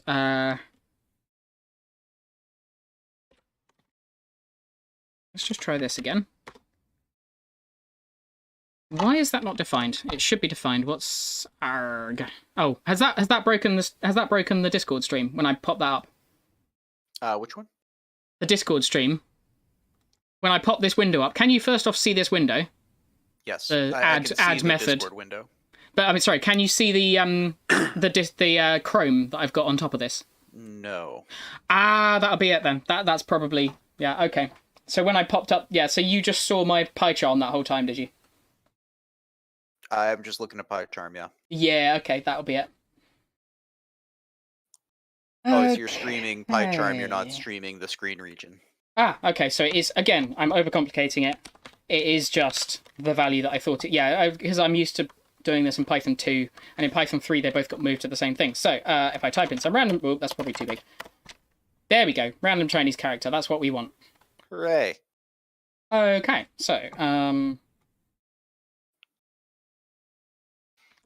so I'm just going to wrap this in char. Every time I think about Unicode stuff, I can hear Tom Scott's voice in my head going, and then they got to Japan, and they went, blimey. Yeah. Okay, English, how many letters do you need? 26, great. Okay, Cyrillic, how many do you need? 30. All right, that's cool. Japan, okay, hi. Well, that'd be China, wouldn't it? I think Japan's not actually got a gigantic alphabet, do they? Japan also uses... Japan has 3 alphabets. Okay. They've got hiragana, which is for, like, foreign words, I think. They've got katakana, which is for Japanese words. And then they've got kanji, which are every Chinese character. Got it, okay. So, in order to read Japanese, you have to, by definition, be able to read Chinese, I think. Someone will correct me. I speak neither. This is to the best of my remembrance. They also have, technically they have a 4th alphabet called Romanji, which is just the English alphabet. Yeah. So you can spell Romanji things in Japanese if you want to, and they'll understand what you're doing. So, like, I could start spelling arigato with an A, like an English A. Right, but it's not technically a Japanese alphabet, so I don't know if you count it. But technically, yes, you can do that. Are you ready to see what happens if we divide 420 by 69? Yes. Let's do it. We get an empty string. Damn it. Cool. Okay. I'm gonna figure this out. I'm gonna get it. What is this? Why is this? You know what I love about engineering stuff, software engineering included, is the math doesn't care if your question is ridiculous. Like, what is the Young's modulus of Gruyere cheese? Okay, so I'm debugging it now, so I can see. Okay. I love PyCharm's debugging. I was going to ask you about that at some point. What does debugging do? I see the button, and it's a cute little bug. Well, in PyCharm, in most IDEs, it will do something very, very similar to this. So I'll start again. The most useful thing you can do is put a breakpoint in your code somewhere, where roughly around where you think the problem is going to be. Then it won't do anything when you run it. It will still do the exact same thing. But if you debug it, it stops on a breakpoint. Okay. And then it will highlight like all of the values and let you go through and change things. Basically, it's like a pause button. So it lets you pause your code in the middle of, like, who knows how many thousands of times it might do this a second. But, normally there's no chance for you to get any usable data out of this, of like how it's actually running. So it kind of lets you open up. Yeah, it kind of lets you open up the black box and see what's happening in it. Got it. It lets you pause time and take it slow and figure out, okay, what is my program doing here? Why is this going wrong? So Thank you. It's simpler and easier and a much tidier way of doing it. So you might be printing out data. So let's say you want to have it. Let's say you get an error. Out data like 2,000 things per second or something. And let's say one of those causes you an error, right? You could print out the value every time right before the line that the error occurs on. And then you'll see, like, you'll be able to kind of pick out whether or not that value is causing the error, if it's some unexpected thing. Or you debug it and you add in like an extra thing, which is like checking that value first. So for example, I could go if value, or if not is instance. So let's say this is causing me an error because this is showing up as an integer instead of a whatever I'm expecting it. So let's say if it's if not is instance int. Sorry, I need to give it a value. So let's say other.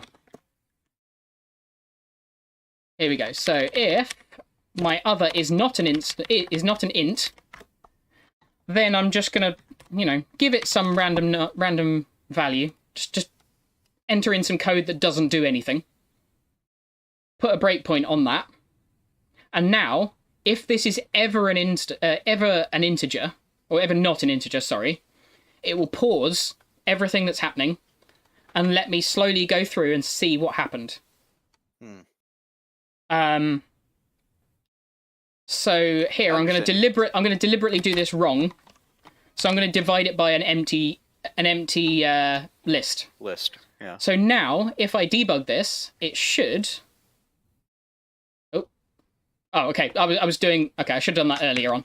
Don't worry about it. Honestly, hang on. Let's keep on track. I understand you. I'm actually going to need to debug something like this in a second anyway. But so there we go. Now it's paused on that line. Debug it, I'll follow. Yeah. So it's paused it on that line.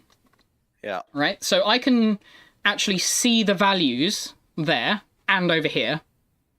So it's shown in two places, both in the code, which is just for convenience, and here. And it shows here, okay, it loaded other as an empty string. And it's got a length of 0 because there's nothing in it.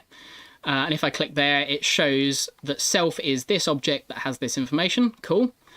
And then I can step through the code one line at a time.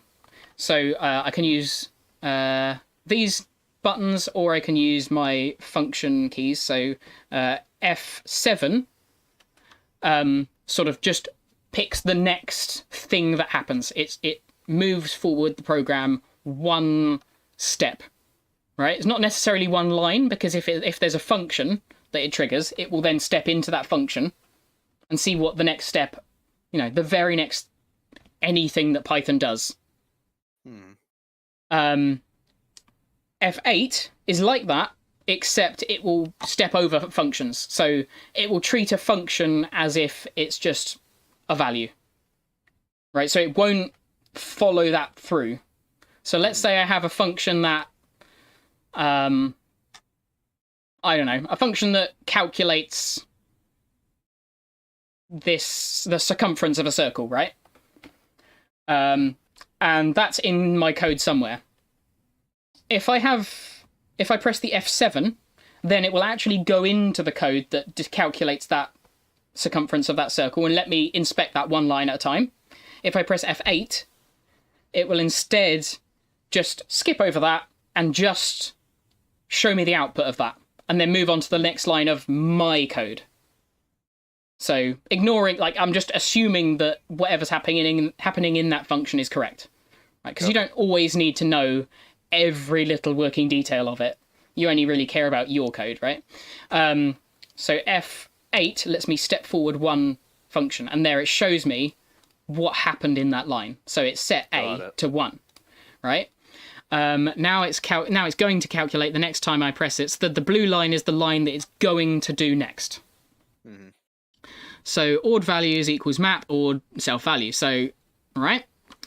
Now, if I press F8, it shows me what happens. So there's a map object there. I can open that up. Map objects, you can't really see their contents yet. So let's, actually run a bit of code here to see the contents of that map. So list ord values. And this will let me, it's kind of like almost injecting a line of code before this thing. So it won't add this into my code here that I've written. It just lets me run a temporary bit of code here. So that lets me see that this map contains the values 52, 50, and 48. Right? Those are the Unicode values of whatever this special string contains. In this case, it's 420. So the Unicode values for 4 is 52, 2 is 50, and 0 is 48, right? Cool. And that hasn't changed what my ord values is. It's just let me kind of inspect what it is, right? Because there it doesn't show. It just says it's a map. Yeah. Okay, then I want to go another step forward. Okay, so I'm stepping into this loop now in here. So it's going to kind of run through that. And this has changed a bit. This is so hard to keep track of, but okay. Yeah, it's because I'm doing more complicated stuff here. But if this code did something more simple, if this code did something more simple, it'd be easier to follow. Got it. So here's the problem. Hooray! So my divided values is returning an empty list. Why is it doing that? So yeah, there we go. I've just found my problem. Because it could have been something in this. The problem was, I mean, if this was a much bigger function, this would be even more necessary. Because it is like finding where in my program did this value go wrong, or what value went wrong even. Yes. Yeah. So it lets me search through each hay thing. Did you ever see the Mythbusters thing where they actually put a needle in a haystack and looked for it? Oh yeah, Mythbusters did it, and they were like, okay, so we're going to put a needle in the haystack. What was the summary? Shake. Finding a needle in a haystack, pretty trivial if you have a magnet. Yeah. But if you have a bone needle, much more difficult. What they found was they tried methods like, can they get a dog to find it because the needle might smell of bone instead of hay? That didn't work. They tried to like sieve it and like sift it the way miners would with other stuff. That seems to be okay. So they were like, bone needle, yeah, that's actually as difficult as the as the saying would imply. But metal needles, no, yeah, super easy. Yeah, so get you a magnet and run it over the hay, and you'll find it. So yeah, here we go. So this is what I'm talking about. So I've paused the function. I've paused the code. All the values are frozen in time. They are wherever they are at this line. And what I want to do is I want to basically run this line again on ord values, but kind of break it up so I can even finer detail on what is happening here. So first off, I just want to I want to check what ord value is. We already did that, so we know it's 52, 50, 48. It's a map, so I can't see that, but if I did that list again, it shows ooh. Why is that empty? Okay, we're getting into something else now. What is self-value? Actually, it's shown over here. So self-value is 420. Okay. Are you telling it to turn 420 into something?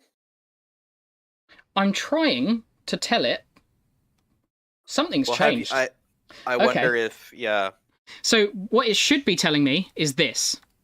That's the output I got. A tuple? I don't think so. Okay. Not in this case. Because you do want these things to change. Well, no. I mean, in this case, it's already a map, which is, I think, immutable anyway. Okay. What I'm wondering is if the value of self is 420, then first of all, that's a hilarious sentence. But second of all, it's a string 420, by the way. it on anywhere? String 420, excuse me. Yeah. So have you actually done anything to it to where we would expect printing self? Okay, I'm gonna rerun this again because I've already skipped past the point where it happens. So self dot value is 420 as a string, right? Then the next one, odd values is a thing, right? Yeah, it's a list. It's a list, okay. Then I go forward one step. Now what is there? It's oh, you might actually be right. This might be because map is mutable. I don't know why it's doing this. So what I'm going to do is I'm going to run this again a third time, and then I'm going to do this line myself. Like I'm going to manually run this. So for num in odd values. Oops, I haven't set odd values yet, so I need to step forward 2 lines. Values. And then I'm just going to run this to print it out. Just because. Okay, so that's fine. So I can loop through this without a problem at this stage. Now what is num divided by other? Oops. Wait, what? Hang on. Why is that now empty?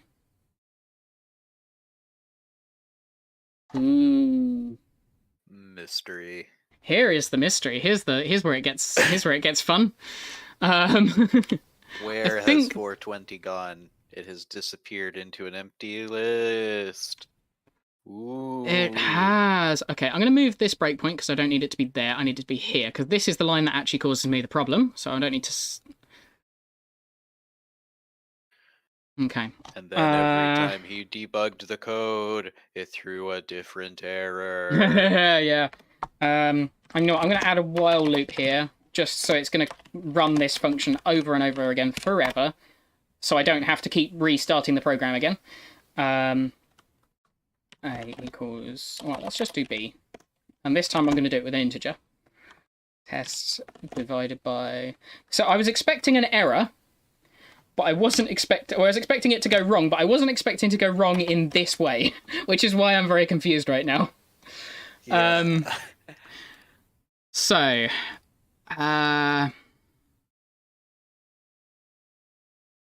let's odd list equals, and then I'm just going to say list odd values. Oh, you know what? No, I don't. Val for val. I'm gonna copy this. Oh, can I? Let's see. Sorry, I'm just talking to myself here. So I'm gonna copy everything in this odd values, but it's gonna be a new list or a new. Let's see. Oh, can't do that. It's not subscriptable. Cool. I do need to do it this way. I'm learning things. Item for item in odd values. That should work. So odd list is that. Okay, now what happens if I try that again? 2. And then I'm just going to do that exact same code again.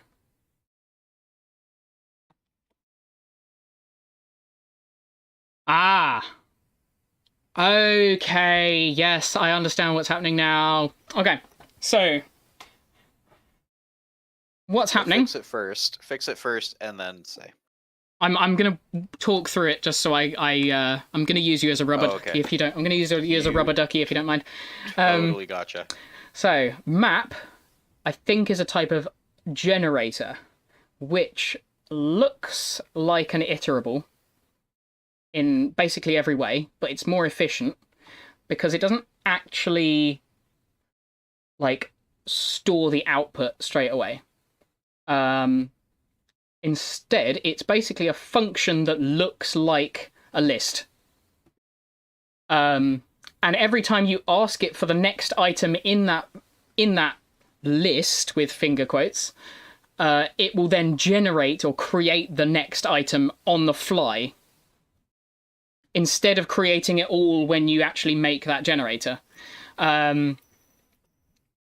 So what happens with map is, instead of it actually running that function, ord function, on this on every value in this string, on every character in this string, it just remembers that it wants to do this, or I want it to do this, and then every time I actually ask for that information, that's when it runs the function. Yeah, okay, so it does it on the fly, not ahead of time. Cool, I've just learnt that maps are generators now. So what I need to do, yeah, because then the second time I ask it for the contents of that map, it's already been through that list, and there's nothing left. So it gives me, so ord list, oops. So the first time I run it, it gets all of the data out of map, and now there's nothing left in it. The next time I run it, that's what it should be giving me, is nothing. Okay, cool. So what I need to do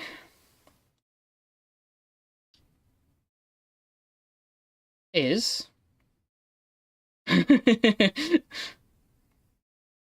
what you need to do is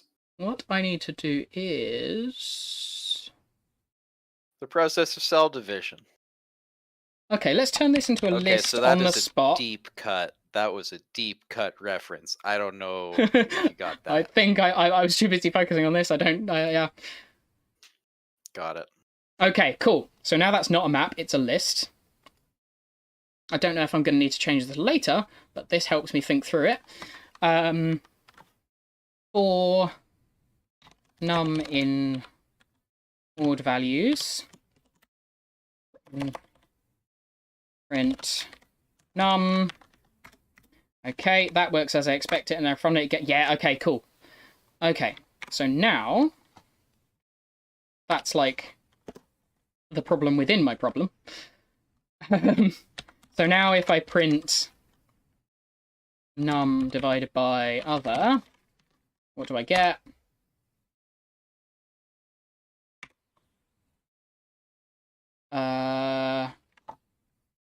Yeah, okay, that's the error I am expecting to get. Cool. All right. Sweet. So that now I can get rid of that. There was an episode of Sabrina the Teenage Witch where, like the old TV show. Yeah, I know. I used to watch it. She kept having a conversation with what's-his-face, the generic boyfriend man. Generic boyfriend, yeah, that'll work. I forgot him. But, everyone does. They kept getting interrupted while she needed to study for her test about mitosis. And they kept going, remember, mitosis is... the powerhouse of the cell, yeah. Well, they say mitosis... mitosis also is not the powerhouse of the cell, but okay. The mitochondria are the powerhouse of the cell. But glad I know that. In any event, they kept getting interrupted by plot-convenient elements, like the bell ringing, and they go, oh, can't finish that sentence. It's too late now. Or their aunt would call them or something. And then at the end of the episode, it was like, and remember, mitosis is, ding, ding, ding, the process of cell division. And I'm like, first of all, you could have done that at any time. Mitochondria is what I'm thinking saying, like, excuse me, sorry, I just need to finish my sentence. Or just finishing your sentence and being like, sorry about that. Yeah. I don't think anyone has minded ever if you're like slightly over time by 2 words. But anyway, when you were like, a problem is, I was like, the problem is clearly the process of cell division. Now, yeah, I remember that episode. It was such a bad show. I loved it. I loved it. It was so good. It was so good. It was so bad and it was so good. Salem the cat was such a mood all the time. Such a mood. Also, I know one of the actors who played one of the aunts, not Zelda, really? the other Hilda. Yeah, she's Canadian, so like she played tennis at the same club my grandma did. There's not that many Canadian actors, you know? Like there's not that many Canadians. So when you're yeah. Okay, so odd values is nice. still that. Now what is okay, I'm starting to get a picture of what this problem is now. Well, the problem is the programming language refuses to do silly things. It does. Well, I mean, that's not the problem. Command. It should do silly things, but I'm doing sensible things in the process of doing a silly thing, and it's the sensible things aren't working the way I'm expecting them to. Well, there's your problem. You're trying to do sensible things. Don't try to do that. Wait, hang on. You know what this is like this. Yeah, okay, I fully understand the problem now. The problem is the what happens... process of cell division. Shut the fuck up, Paul. The problem is what happens if you divide like 50 by 69? Oh, you get a float. Yeah, and I'm telling it to round that because I need an integer, right? Because you can't look for a float in the Unicode doesn't have floats, right? Unfortunately, no. So what happens if you divide?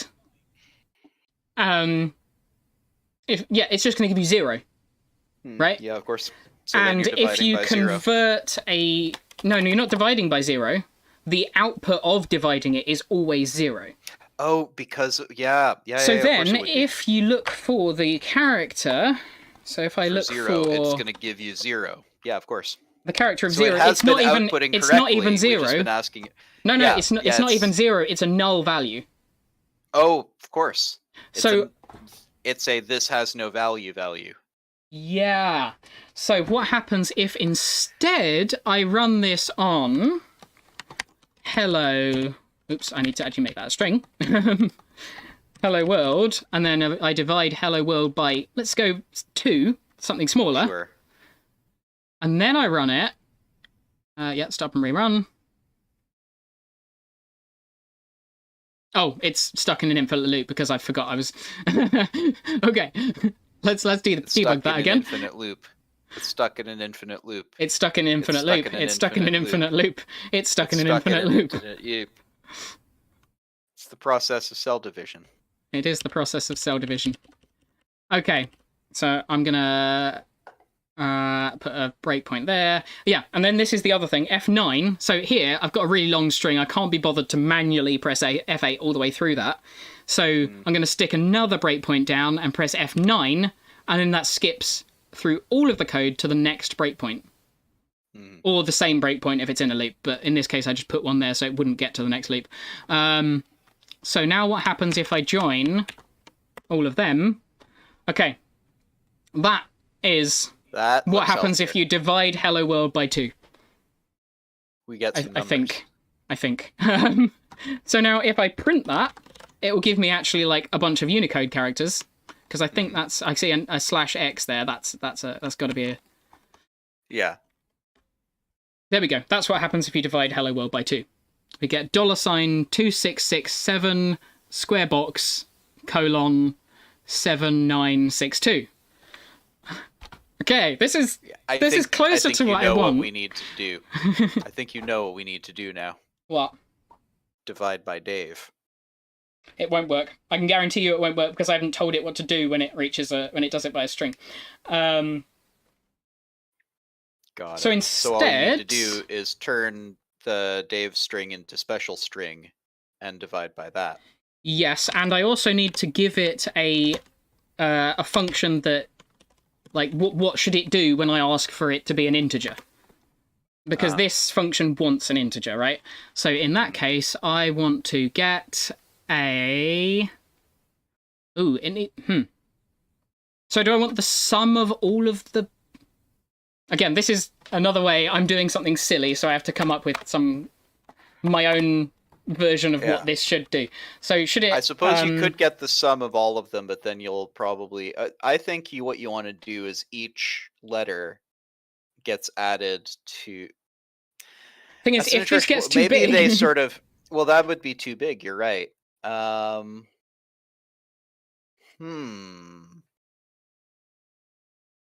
Thing is, the problem with division. This should be easier with multiply, but multiplying strings already exist, so that's boring. String go brrr. String go brrr. I'm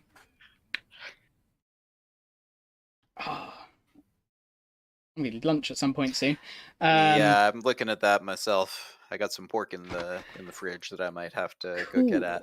I think for our purposes, we don't need to worry too much about it. So, like, what if you just like each letter, whatever Unicode that thing gets appended onto a list that includes all of those.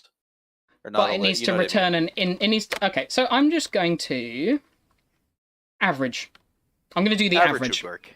Okay. Yeah, so take the average of Dave and divide by the average of whatever. And that, actually, I will need that as a list because I need to run it twice. So, return sum. Why is this an error? Oh, that's because I didn't chop that off. And ord will always give me an integer, so sum ord values divided by, and this needs to be an integer, so I need to do integer division. I can't give it an average as a float. Integer division. Yeah, so here's a nice tip for you, because this is simple enough, this little part. If you do double slash, it will round. It will round down. I think it rounds down. Does it round down? Let's try, I don't know, 5 divided by 2. So that'll give me 2.5, right? If I do 5 divided by 2, it gives me 2. Got it. And if I say instead, like, 5 divided by 1.6. Let's just, so that gives me 3.1.25, whatever. And then divided by gives me 3. And if I instead say divided by... It gave you 3.8. No, it didn't. That's... Oh, wait, hang on. That should give me an integer. Is that an... What? Maybe it's a significant figure. Let's look for its type. That is an int. Okay, it just looks like... For some reason, it prints it out with a decimal point. Even though it is definitely an integer. Figure. I think you gave it a significant figure. So it printed the significant figure.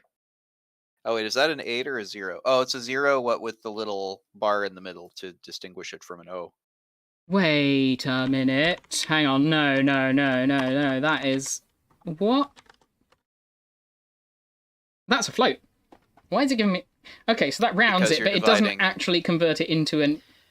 Yeah, okay, so because you've divided by a float, so it goes, oh, you want this to be a float. Okay, that's silly, but sure, why not? Is Python trying to be helpful again? I think so, yeah.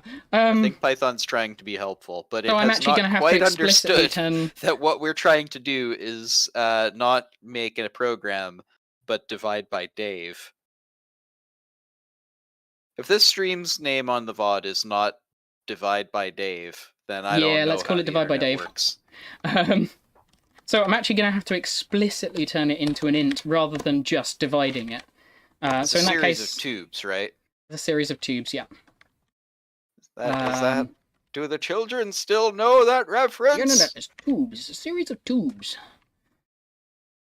Ord values. And this needs to be a list, because otherwise I'm going to have a problem.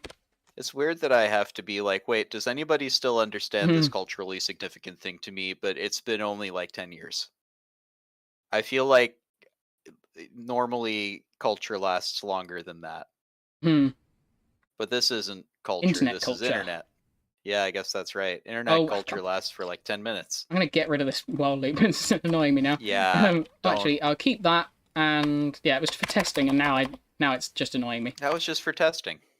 Okay, cool. So now we're doing it as not an infinite loop. We're dividing by 2, and we get... Oh, okay, that's all right. I'm making a note right here. Huge success. Huge success, indeed. I'm making a note here. It's hard to overstate my satisfaction. I don't think you've tried very hard, but yes, it would be difficult to do that. So if we set that as a equals that, and then a... Let's look for a as an integer. So int a, 95. Good, good. The average of Hello World is 95. Wonderful. The average of Hello World is 95. You know what? I'll give it a function for average, for mean. So the mean is return... You could also go median to give you just another Unicode value. I mean, that's what I'm doing it as the integer mean, not the median. Oh, yes, I see what you mean. Yeah, yeah, the mean of hello, or of this is going to be that self dot. That's going to be just int self, right? Because we've already written that function. So if I now run that again, and then I look for hello, oops, a special string hello world, and then I look for a.mean. The average of hello world is underscore. Nice. Good to know. Let's just test that with something else just to make sure. It's just an unimpressed face. So the average of... let's actually make that a special string. Nope. That's not what I want to do. I'm completely buggering up my code here. I should have given special string a shorter name because I'm too lazy to type out every time. Okay, so this should hopefully give us B, right? The average of A, B, C should be B. Yeah, okay, good. Yeah. Okay, so it's not just underscore always. So that is... All right, I'm liking this. So, so we've got the average. Now we need to work out what the division is. And if we divide... special string hello world by Dave, it's probably going to give us a bad value because it's going to be fine. 0, but int and special so I have to turn it into an int first. Oh, hang on. Okay. I can do this. I can do this. I can do this. Make of course this. You can. Yesterday you said today. Mm-hmm. Do it.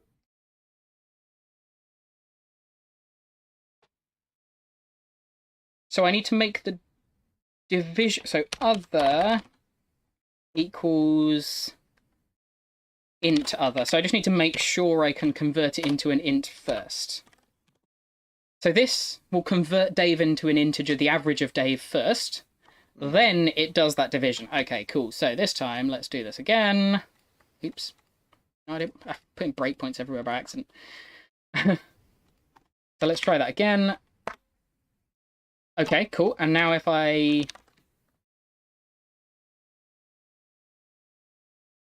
should probably convert that into...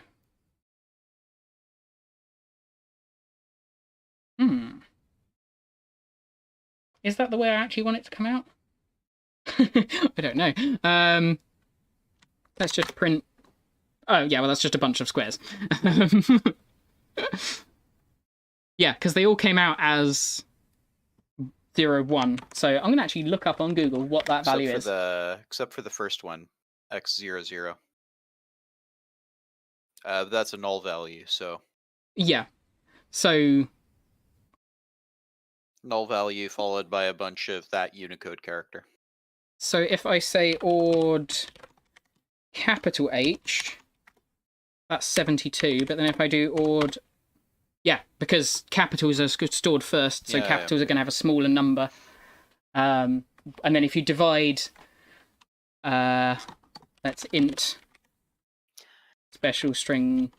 I've just realized Dave. that I can make a program that does sponge case. Sponge case? Oh, as in, yeah, I see what you mean. Yeah, you totally can. Just like alternating, taking whatever it is and making sure that it alternates between the two by just going like that. Every other one is doubled. Okay, so yeah, the problem here is that the average of Dave is 96. So if we convert Dave to an int, it's 96. If we divide anything by Dave, it's going to divide it by 96. So if we divide capital H by Dave, it just gives us 0, because 96 divided by 72. But if we do it with lowercase h, it gives us 1. Because, yeah, 104 divided by 96. What we really want to do is divide a larger string by Dave. Not a larger string. A string with characters which are higher on the Unicode table. But I'm not happy with that. I want to be able to divide something by big numbers. You want to end up with a float? Because I think in this instance we don't care about floating point error. Yeah, so but what I need to do here is I need to have some kind of different behavior for if the value is less than 0. Or if the value is... Because otherwise, like, square is just going to end up, anytime you're below 96, you're or even a different behavior if...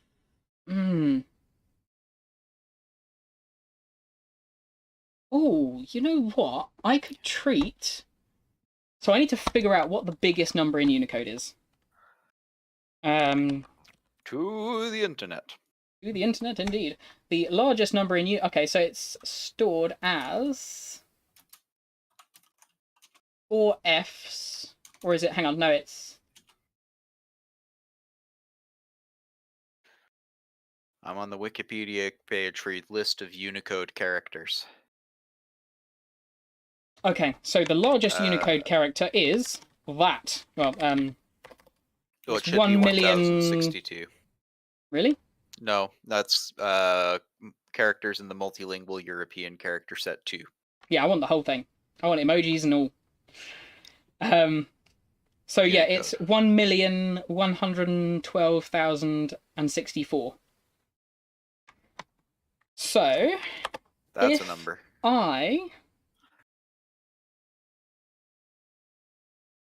Instead it turns out there are only 3 Unicode numbers. They all share the numbers. Eh?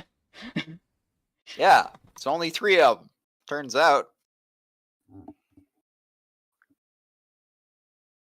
All right. Okay. I think I know what I'm doing now. So I'm going to convert other into an integer. Then I'm going to divide other by that maximum value. So we'll get a float that is very, very small, probably, if we're typing in English. So then it's...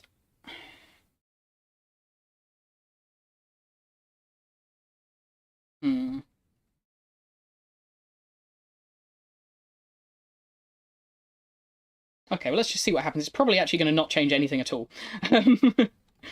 Oh. Okay. Argument not in range.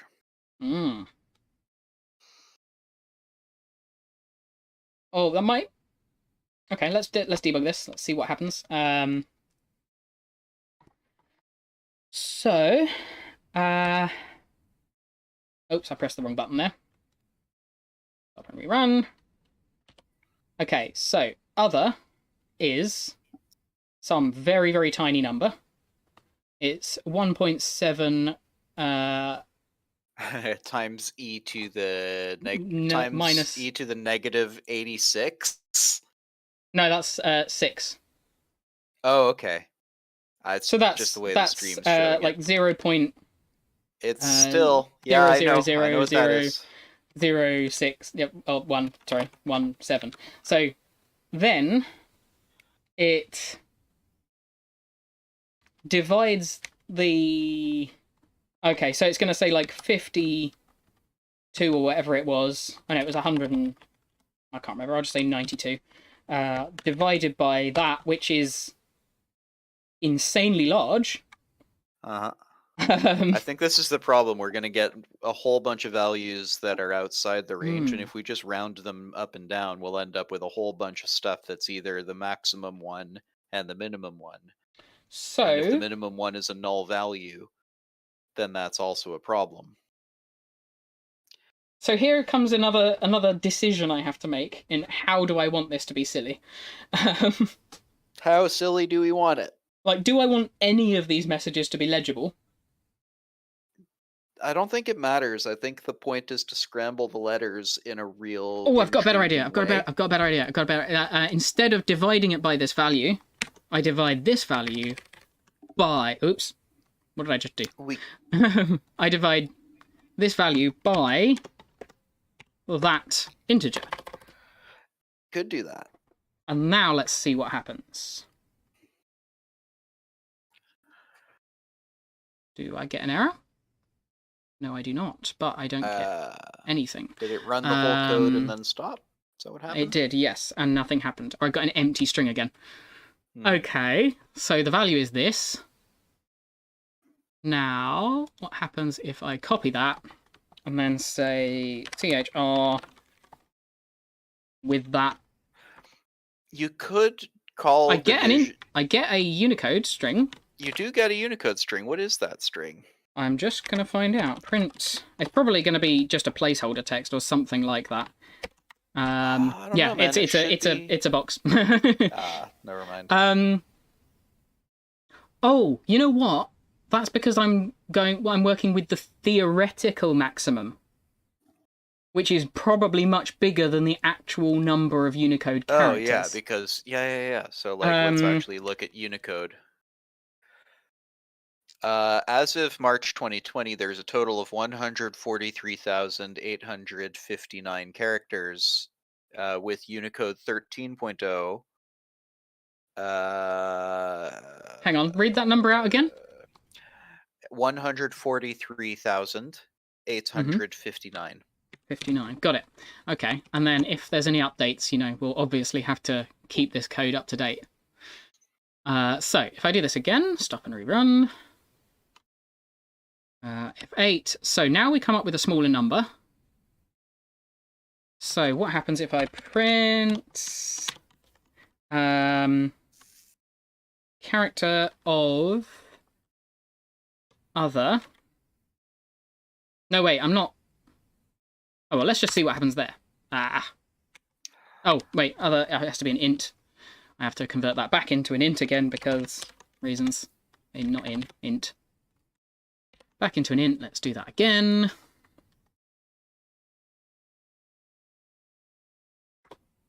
Okay, so that's a square. It's a square again. Let's just get like a table of all Unicode characters. If that exists anywhere. Theoretically, you should just be able to print that if you import Unicode. Like your computer just has Unicode, right? Like well, it's a very long Wikipedia article I'm on. I would be shocked if there weren't just a Python thing that says, here you go. Okay, so the last one in the Unicode, like the Wikipedia of list of Unicode characters, which I'm assuming has all of the like actual usable ones that aren't just a placeholder character or a formatting thing or something like that. Because, they're used for all sorts of stuff rather than just displaying things to the screen. So, what happens if I say ORD with that? There's a lot of these. There are a lot of these. So if I look for that, it's 9,727. And then if I start looking for... okay, so I have a more useful list here, I think. I think are emojis at the very end. Yeah, I think so, yeah. Miscellaneous technical is where there's a couple of them, because this was the original place that... So it's 26 U FF. plus 230X and onwards. Yeah, so U plus 23 and then 2 character hex code. Yeah, I don't need to know about the modifiers. Although that could be fun at some point later on, but Yeah, that's like the original ones where the Japanese alphabet ended and they were like, just throw a couple of shapes in there. So I think in that case the biggest one. Oh, it's hard to tell because some of these characters are in hex and some of them are in. I did not realize that Unicode contained the old ASCII hallways. You know what I mean, like the box drawing things. Mm-hmm. Oh man, do I want to make an ASCII roguelike? Of course you do. A Unicode roguelike? I think I need to make a Unicode roguelike. Fuck. All right. Okay, cool. Sorry, so, go on. If you think about it, pretty much all modern roguelikes will be Unicode. Because most modern languages just default to Unicode. Unless you specifically say... Well, yeah. Or at least a lot of them do. Okay, so I think this is going to be the last character that actually has some kind of visible symbol on it. After that, they're all just like placeholders or square boxes or formatting characters, that sort of thing. Funny. Right at the bottom of this is a table that says symbols for legacy computing, and my computer will not display any of them. So... Okay, so let's see what that is. That is a flag. And then if I go one number higher than that... Oh, I'm still getting value. Okay, let's just go for some, like... 10... No, that's 1,000. 10,000. Okay. 20,000? Okay, so my hunch was wrong. You're into Chinese. 100... Okay, so 100,000 is probably too high. So let's go with 90,000. Okay, that is giving me stuff, but nothing that actually gets displayed. So I only want characters that are printable, right? Mostly. I don't... Yeah, I just don't want too many square boxes. Otherwise, it's just not fun. I feel like 1 or 2 square boxes would be okay. That's fine, but yeah. If all you get is like the average of dividing by Dave is square boxes, 15 of them. Yeah. By the way, have I shown you this before, that you can get the last output by pressing an underscore? Sorry, what's that? So if the previous line of code that you ran in a console or in a shell gave you an output, like this one did, out is that, you can get that value again, kind of like memory on a calculator, by pressing the underscore like that. Oh, I didn't know that. Neat. So if I want to print the value of whatever that is, because print is different from returning. There, that's a square box. So 90,000 is too high. Let's go with 50,000. Let's just go big. Okay, that's good. 60. 80. Okay, that's too high. That's 60. That's a... Tell you what, I'm just going to print them straight away. High. Oh, no, that's not too high. That's a thing. 70. 70. No, too high. 65. 65. That's too high. Yeah. 61. Okay, so I think... You added Did you add a 0? Did I? You added I did, a 0. yeah. Okay. But yeah, 61,000 is too much. So let's just go like... That's and 1. Okay. No, it's not. No, never mind. Yeah. 10. Okay. No, we already got that one. Also, how much do we care about getting every single character in? I want to. Fair enough. Out of principle. Okay, so let's try 90. That's too high. Good. Okay, 50. We are really getting down to it now. 70. This is basically a guessing game at this point. Like, guess what the biggest Unicode character is. What we're doing is manually doing a derivative. I could definitely do this as... Not a derivative. We're manually doing integration. I could definitely do this as a program, but I can't be bothered, and I'm having fun with this now, so... Okay, so 57? 50. Okay, yes. The biggest 57. code is a broom. That's it. Hooray. We found the last Unicode character. We found it. It's there. Okay, Here's the cool. thing. There's probably a bunch of legacy ones that are just not on computers. But, like, so I mean... that's what it is. So technically there are more. So that's why the main list would be like, here's how many there are. But so also, which now let's run this again. Yeah, that's a good question. Which Unicode is PyCharm using as well? That yeah. Also that yeah. Okay. So this is working out the Unicode character that represents Dave, which is... It should be 96. No, because I'm dividing it by... I'm dividing the maximum code. I'm dividing broom by it's a Dave. Thing now. You're dividing broom by Dave. Yeah. We've done it! We did it! We divided by Dave. And that gives us... what does that give us? I need to print the character value of... other. That gives us, of course, a Chinese character. Of course. Of course it does. That's what we expected, but that's fine. Okay, cool. Now we're getting into the actual silly stuff that I wanted. Excellent. So dividing broom by Dave is Chinese character. And again, if anybody watching or listening to the VOD knows what these Chinese characters are, please tell us, because for all we know, that means like something real bad. At some point, whenever I can get back to this project, I love this project now. This is what I'm going to be working on next Sunday. I'm changing over. This is what I'm doing now. The problem is we needed desperately to divide by Dave. The world needed to divide by Dave. I found a new format for this stream. All must be divided. I like that. If we don't call this program Davider, then I'm out. Yeah, at the moment it's in a Scratch file, but when I turn this into an actual project, this is going to be Davision. Dave. Yeah. I feel like Davision makes it sound like Dave had a vision, which is not true. I think we need to make it clear that this is Davider. Yeah, Davider.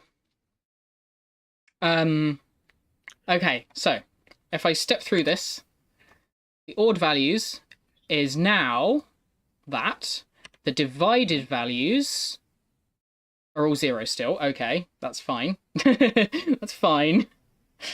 Oh, but I should also be doing the same thing with the divided values, right?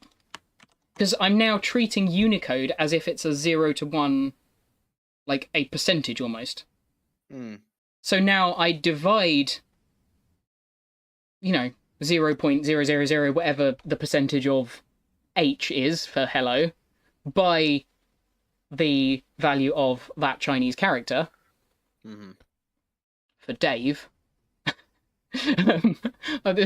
Dave equals random Chinese character, didn't you? I love that.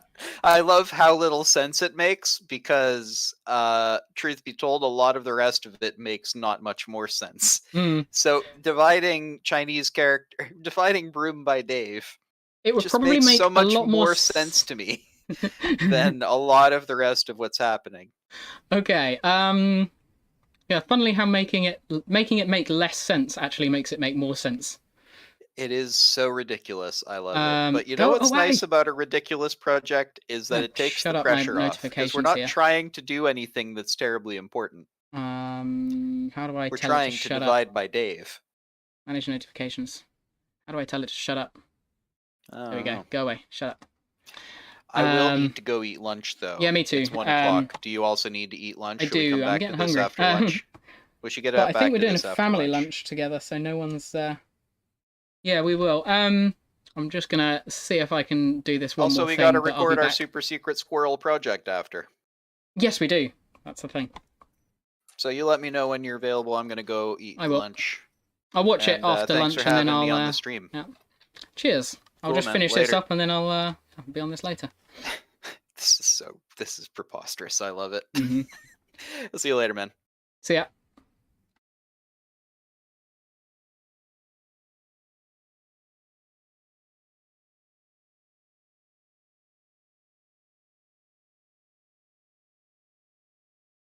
Okay, so I need to make... So yeah, I do need to convert that into an integer, because that's what makes it into that value.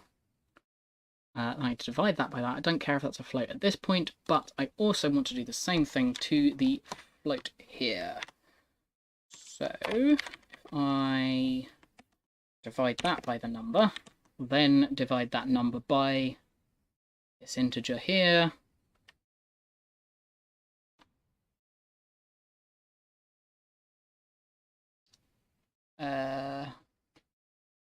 let's step through that actually. Stop and rerun. Okay, so other is that number.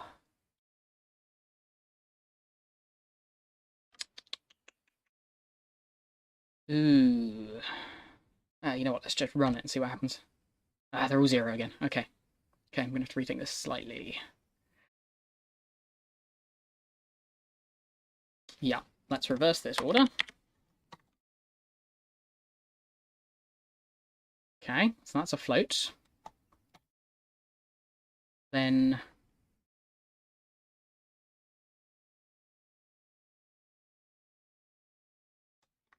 Tell you what, let's make a new function. Def get Unicode percentage. Ooh, actually, I just thought of something here. I can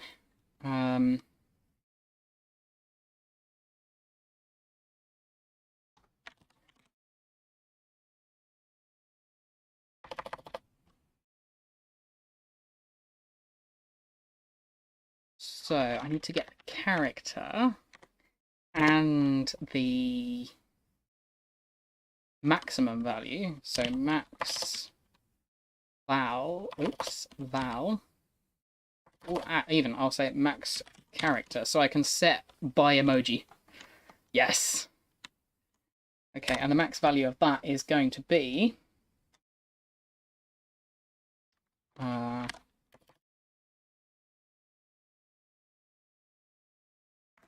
that. Oh, print. Okay, cool. So I'm going to copy that, and I will see if this works. There we go. The maximum character is a broom. So you paste in an emoji as the maximum value, and then it will find like the percentage of the way along that. You know what? I'm gonna say that can be an int or a Unicode. So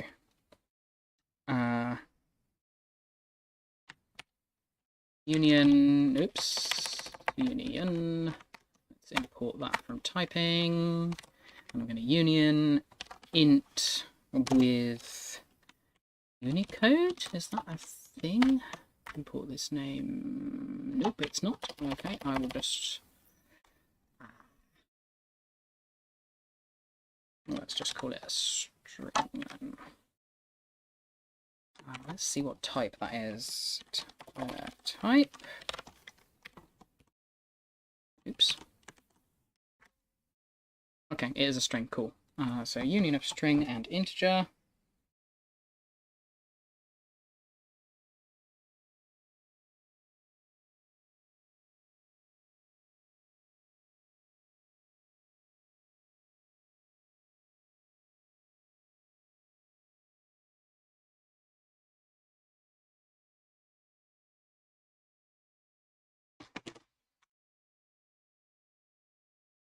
Okay, so that's a string. That's fine. That means we don't have to do anything complicated to it. Where was I? I was up here. And if it's an int, so if it's a string first, if max char is... Oops, nope, we want to get the this instance max char of... Then we say max char equals odd max char. Oops. Okay, so we find the integer value of that, the ASCII code for it. Then we return char divided. What is... Ooh, what happens if I... No, this wants to be an int, doesn't it? Or does it? Nope, I am going to... Ooh, wait, what happens if I odd multiple letters? Multiples. Yeah, okay, cool. Okay, so that's fine. I have a character class.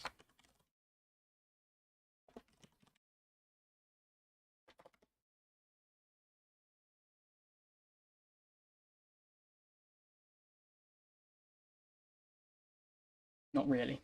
That's just a smaller string. Okay.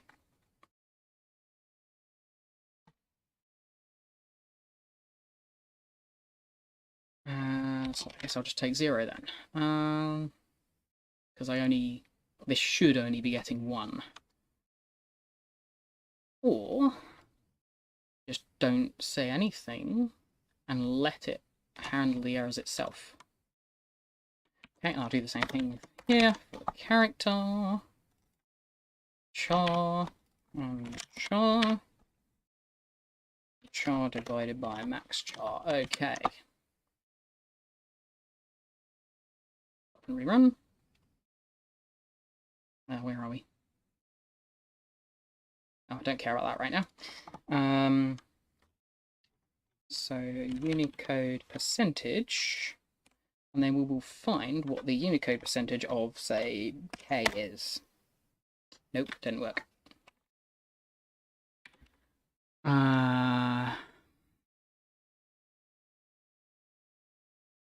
Oh, idiot. There we go. I didn't actually. That's what I should be doing. Let's try that again. And run that same thing again. Unicode percentage of K is that. All right. Cool.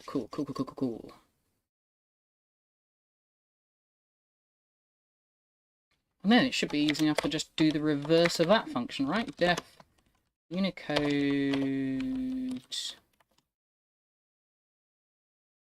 I'll just reverse the names. Percentage Unicode. And then I'll have the same signature as that.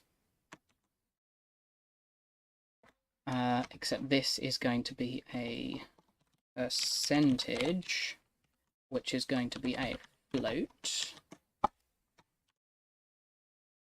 And I suppose I'll just return. No, I need to do the same thing there. And then return the character, because this time we want characters, not the odd, of percentage times max char. Is this going to be a float? Yes, it is. So we need to make sure it's an int. Hey, now is that going to work? Let's test it. Yeah, that's fine. That's not a problem error. Okay. So if I then reverse that, percentage Unicode with that should hopefully, I mean, there might be a floating point error, but give us K. Yes, it works. Huh. All right. So now, if I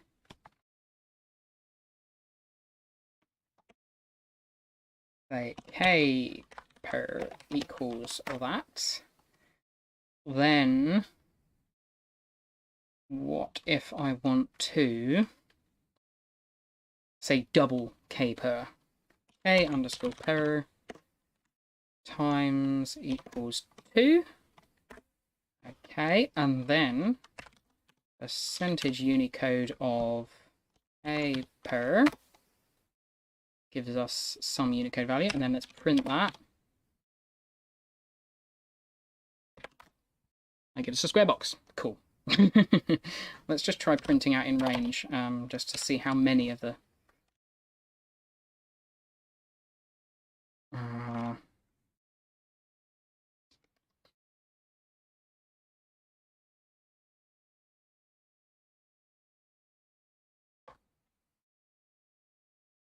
I in range. How many do we want to try? 1,000? 1,000. Print. And then let's do an F string. Printing I. And then the Unicode value of that. So, CHR. Alright. Okay, so.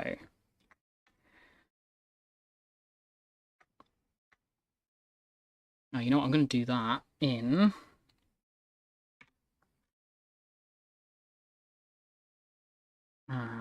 Let's do that. Let's do that, say 20 times. And then put another loop in there. Ooh, even better.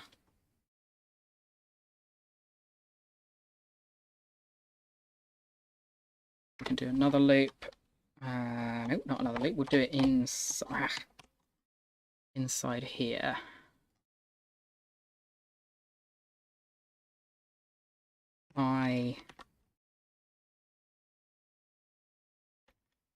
That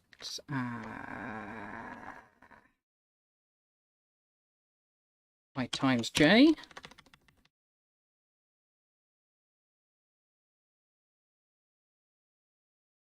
Wait, what am I doing? I times 20 times j. It's getting messy, but oh well, I'm just testing it. Okay.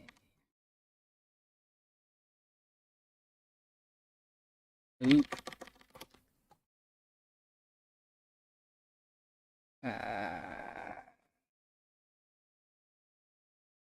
No, wait, that's not what I want to be doing at all.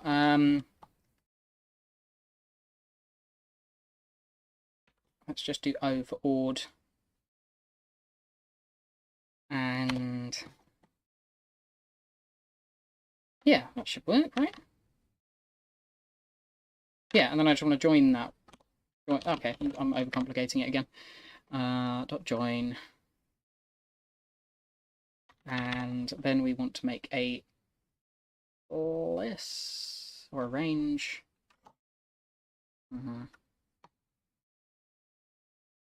So I times 20 plus j,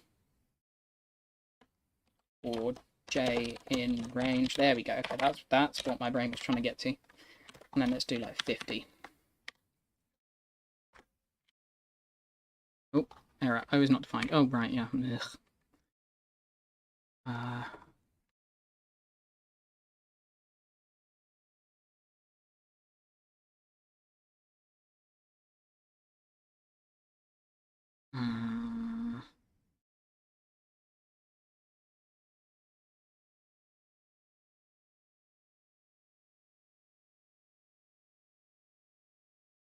Okay, that's not what I want. That's not what I want. Wait, hang on. No. Oh, I could do this, can't I? I could make it step in 50s. I think it works like range. And how does this work?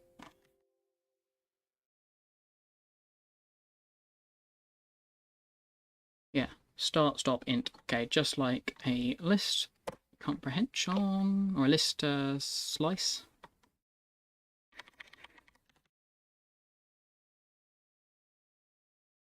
Okay, so let's say I want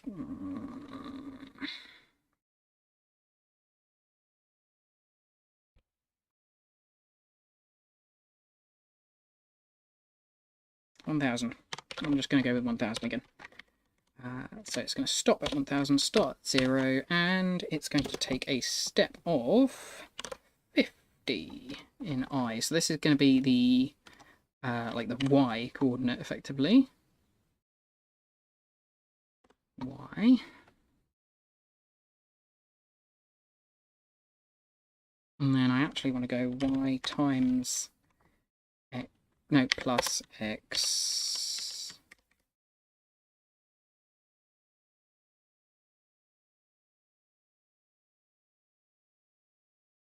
Yeah, I mean, it's not exactly a Y coordinate, but oh well. Hang on. I'm doing this silly again. Let's just say 20. Nope. 20. Slow down. And then I can just say Y times X. No, Y times 50. Yes. Cool. And then let's change this to X.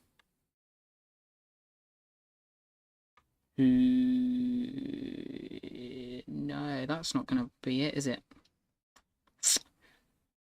Oh, so I actually am going to need a for loop here. Or X. I might be able to do it better, but I can't bother right now. I need food soon. Let's say 50.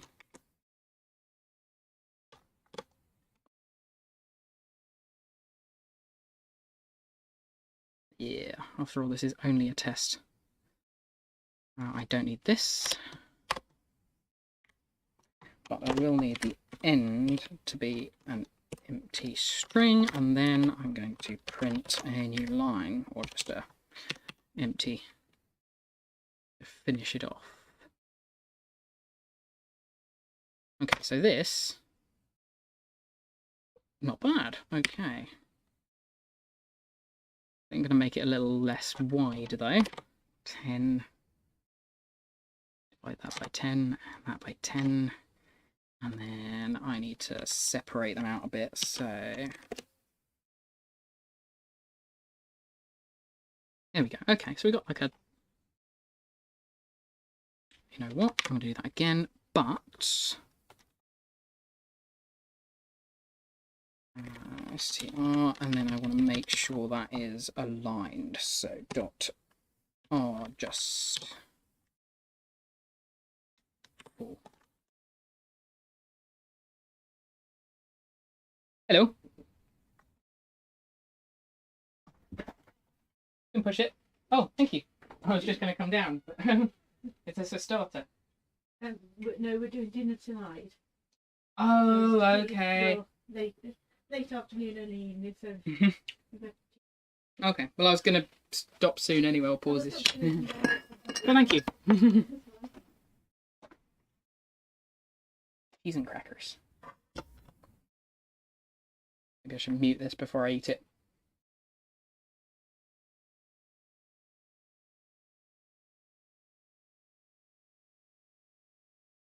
There we go. Otherwise, you'll hear all my chewing sounds.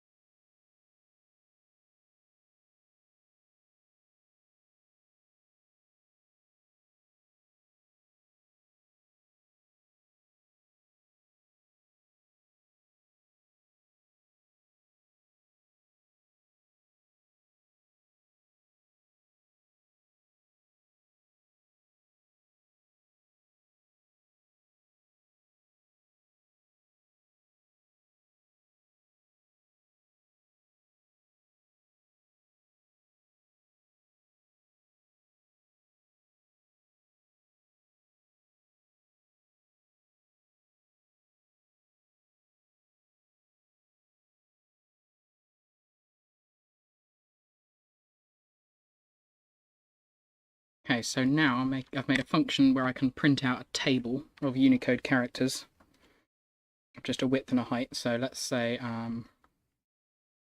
15 by 20, and it will give me that table. So now I have a bunch of them at the start that I can just ignore, as well as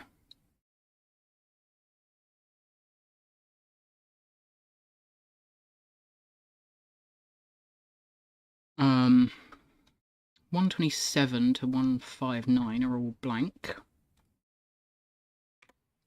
Tell you what, I'll add a start value as well.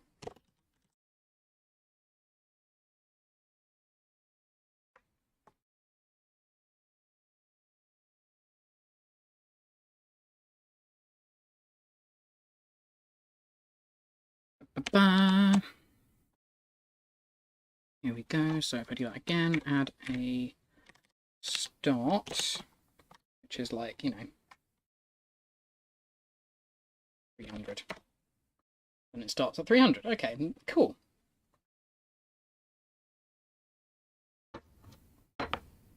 Huh. I think that symbol there, as well as that one, are are actually formatting the line that they're being printed in, so they delete the next character. So they mess up my table a bit, but oh well. Okay, cool. So I just know a few that I can ignore.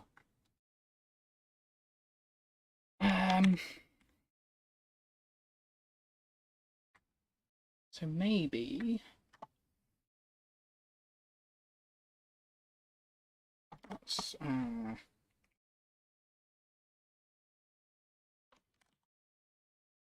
I can add in like a special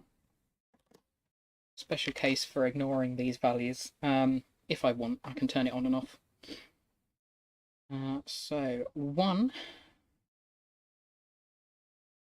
and these are all the same really. So I'll just say I'll leave 1, I'll leave 0, but then 1, 2, 31.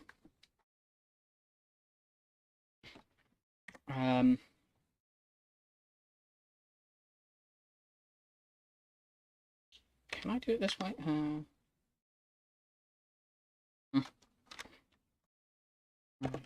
In range 131.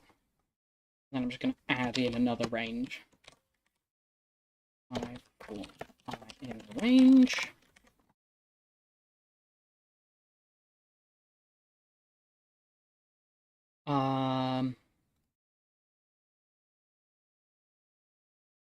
And this one is going to be this range 127 up to 159. 127 to 159.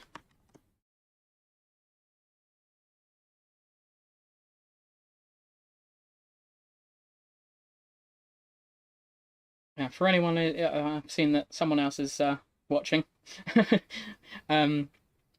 If you're wondering what I'm doing right now, it looks pretty boring, but it might just be Paul watching, actually, to be fair.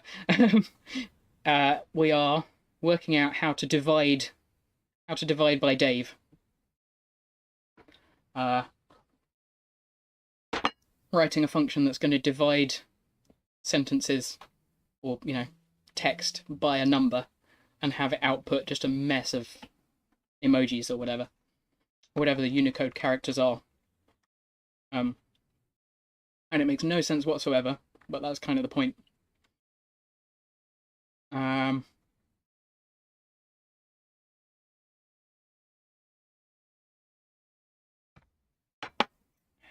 So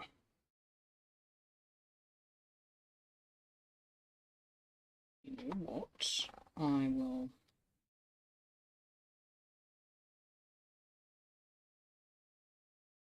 change that Ugh.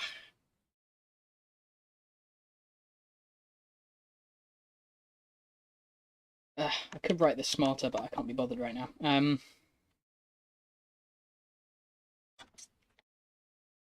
I'll just make another yeah, this not. Oh, it's Luca watching. Hi, Luca.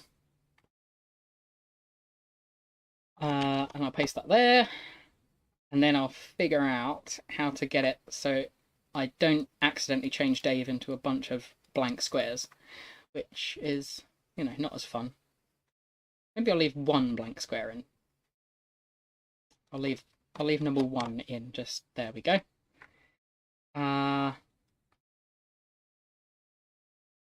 Then in the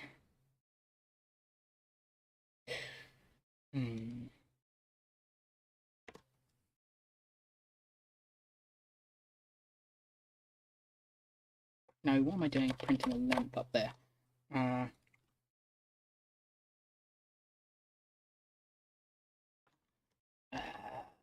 Is the I forget how the ends are done, so I'm just going to create a range and then get the length of that range. That's 29. Okay, yeah. I'll do the same with this.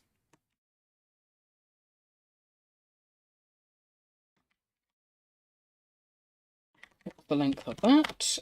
32. Okay, so 29, 32. So the max character is this. It's a broom.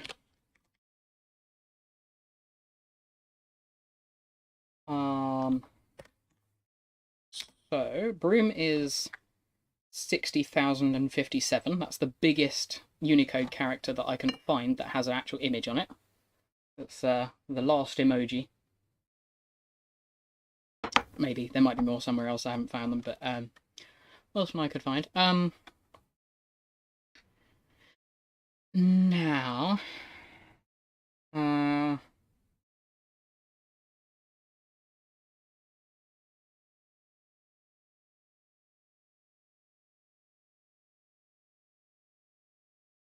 what do I want to do?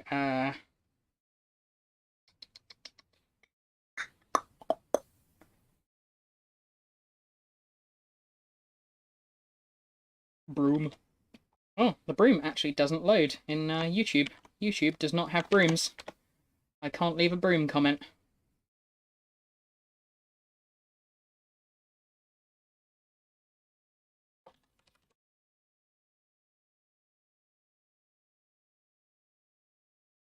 Yeah, it even removes it from my comment. Wow. Okay.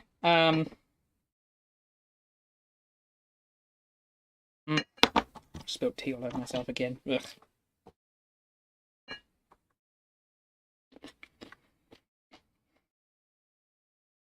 Right. Oh,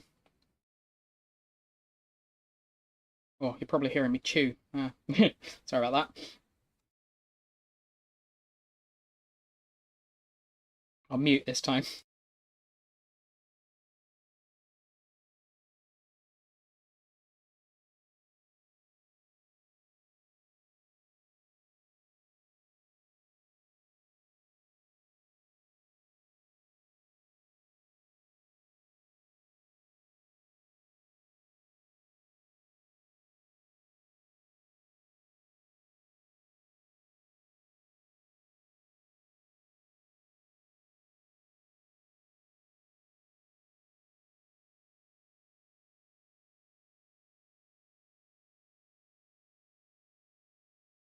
Okay, so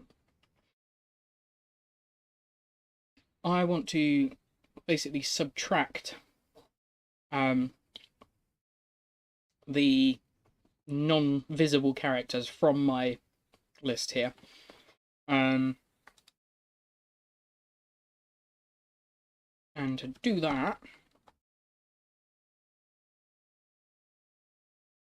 I suppose I'm going to have to check if it's over these values.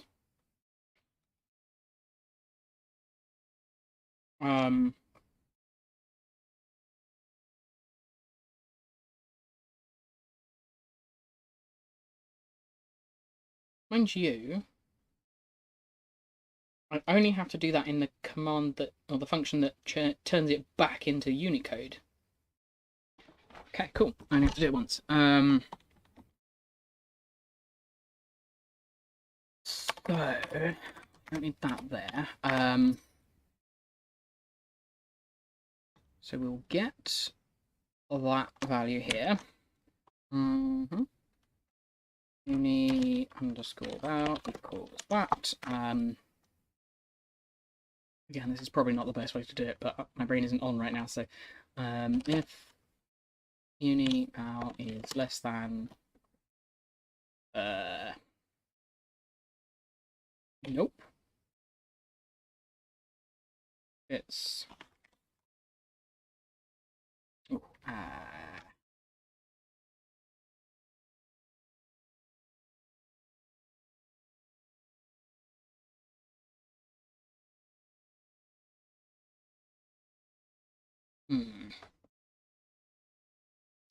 do I have?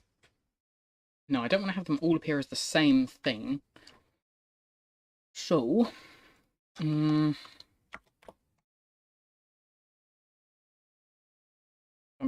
this is, yeah, again, this isn't actually going to do anything useful, so let's just do this for now, just for making it easy. I'm just going to add those lengths together. You know what? I'm going to length of ignore characters. Yeah, I could do this in a for loop, but oh well. Plus length of ignore characters. Oops, that's not max underscore char, it's max char. Okay, so that's that, and now I need to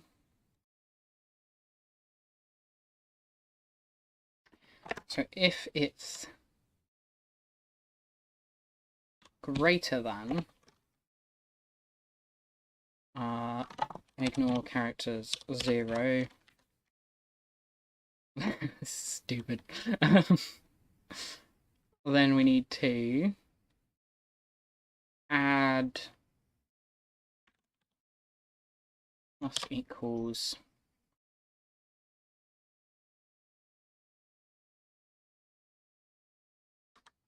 length of ignore characters. Yeah, this is probably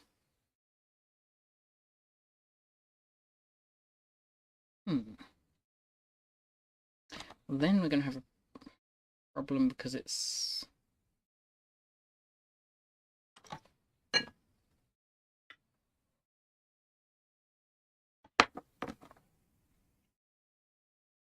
well, I'm doing it this way, and then if it doesn't work, do it a different way. Yeah, it's probably going to mess it up, but I mean, the whole point is it's going to be random mess anyway, so unival is greater than ignore characters 2. Whoop. 0. Then I should probably do that as min, just in case they're not in order, which they absolutely always will be, but meh.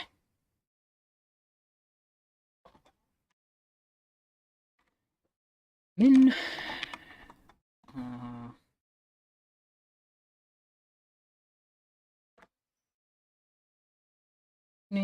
underscore val plus equals 32, I guess.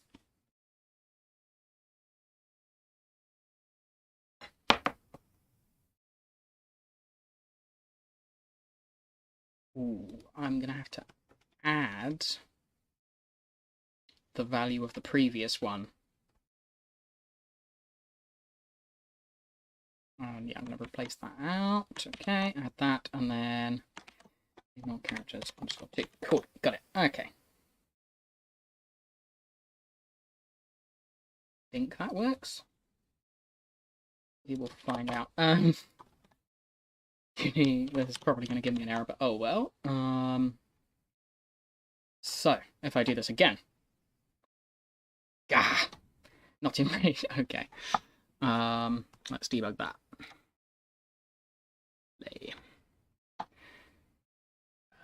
Nope. Wait, where am I getting that error?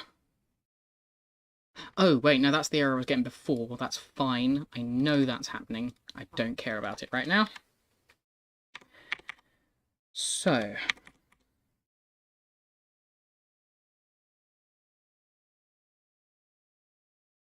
we want to find out the Unicode percentage that I've called it of the letter K, which is something very small. Okay, and then K underscore double equals K per times 2. Got it. So double K is a slightly less small number. Then, if I do the reverse of that, so uni K or uni K double equals percentage Unicode of K double. And uni K double is... Ah, there we go. That's working. It's a O, capital O with an accent on it. And if I do K per, it should still be giving me... Oh, it's giving me G. Damn it. Why is it giving me G? Why is it giving me G? Ah!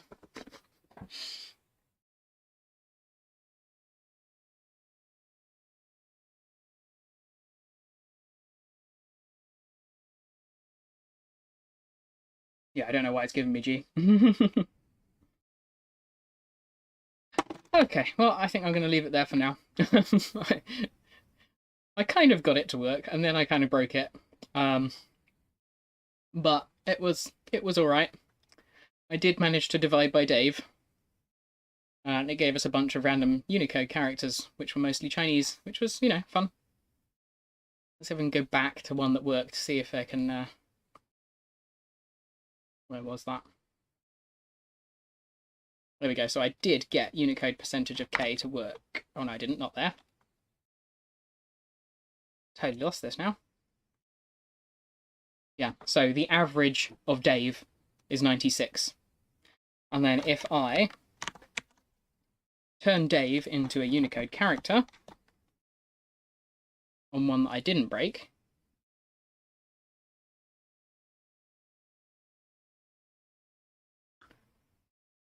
like percentage Unicode. No, not that one. That one's not got it. Unicode equals 90. Oh wait, no, that's not going to work at all, is it? Ah! Divided by. What is that big number? What is that big number? Big number is broom. So if I divide that by broom, orb, my brain is asleep right now. So divide 96 by broom, and what do we get? We get a backtick. And then if I divide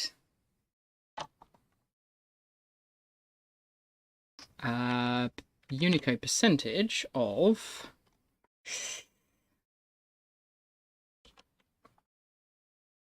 Unicode percentage of M divided by broom, so M divided by broom is bugger all.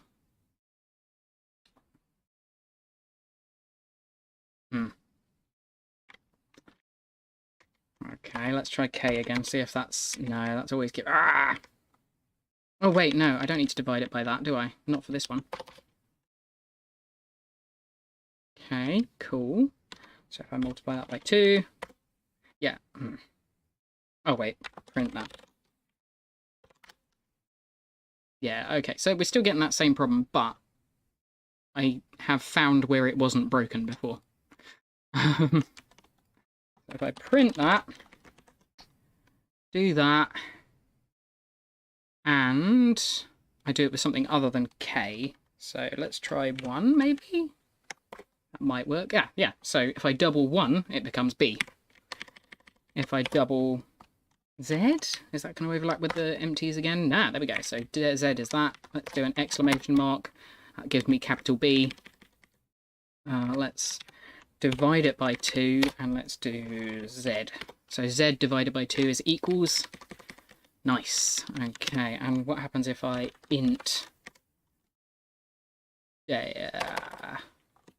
special string Dave? So if I divide Z by Dave, I get empty thing. Of course I do. Of course I do.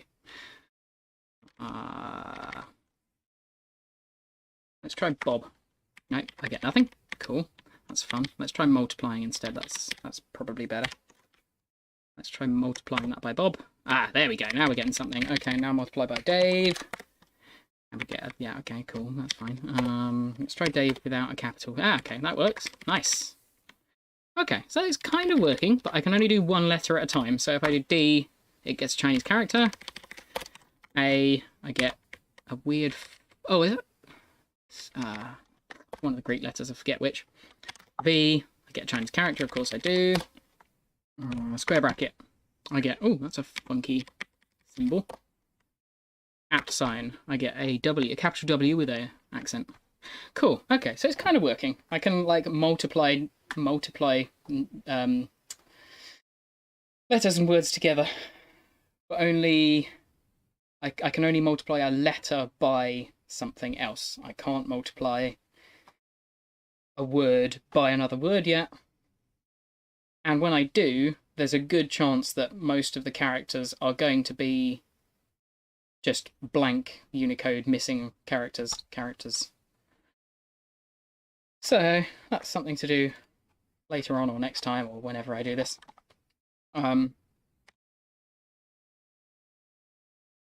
So 10 by 10, 20 by 10, 20 by 20. Yeah, so if it overlaps with any of these, or any of these, then it's going to be like a boring string of just, yeah. Okay, so that's something to fix later on, but I'm done for now, I think. I need to do other stuff.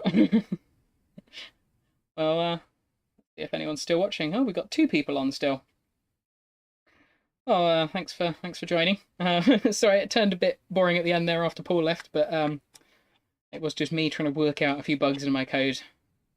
I'm actually kind of happy with the make something stupid instead of make something useful direction this has taken. Yeah, I'm quite happy with that. Alright, well, that's the end. Bye.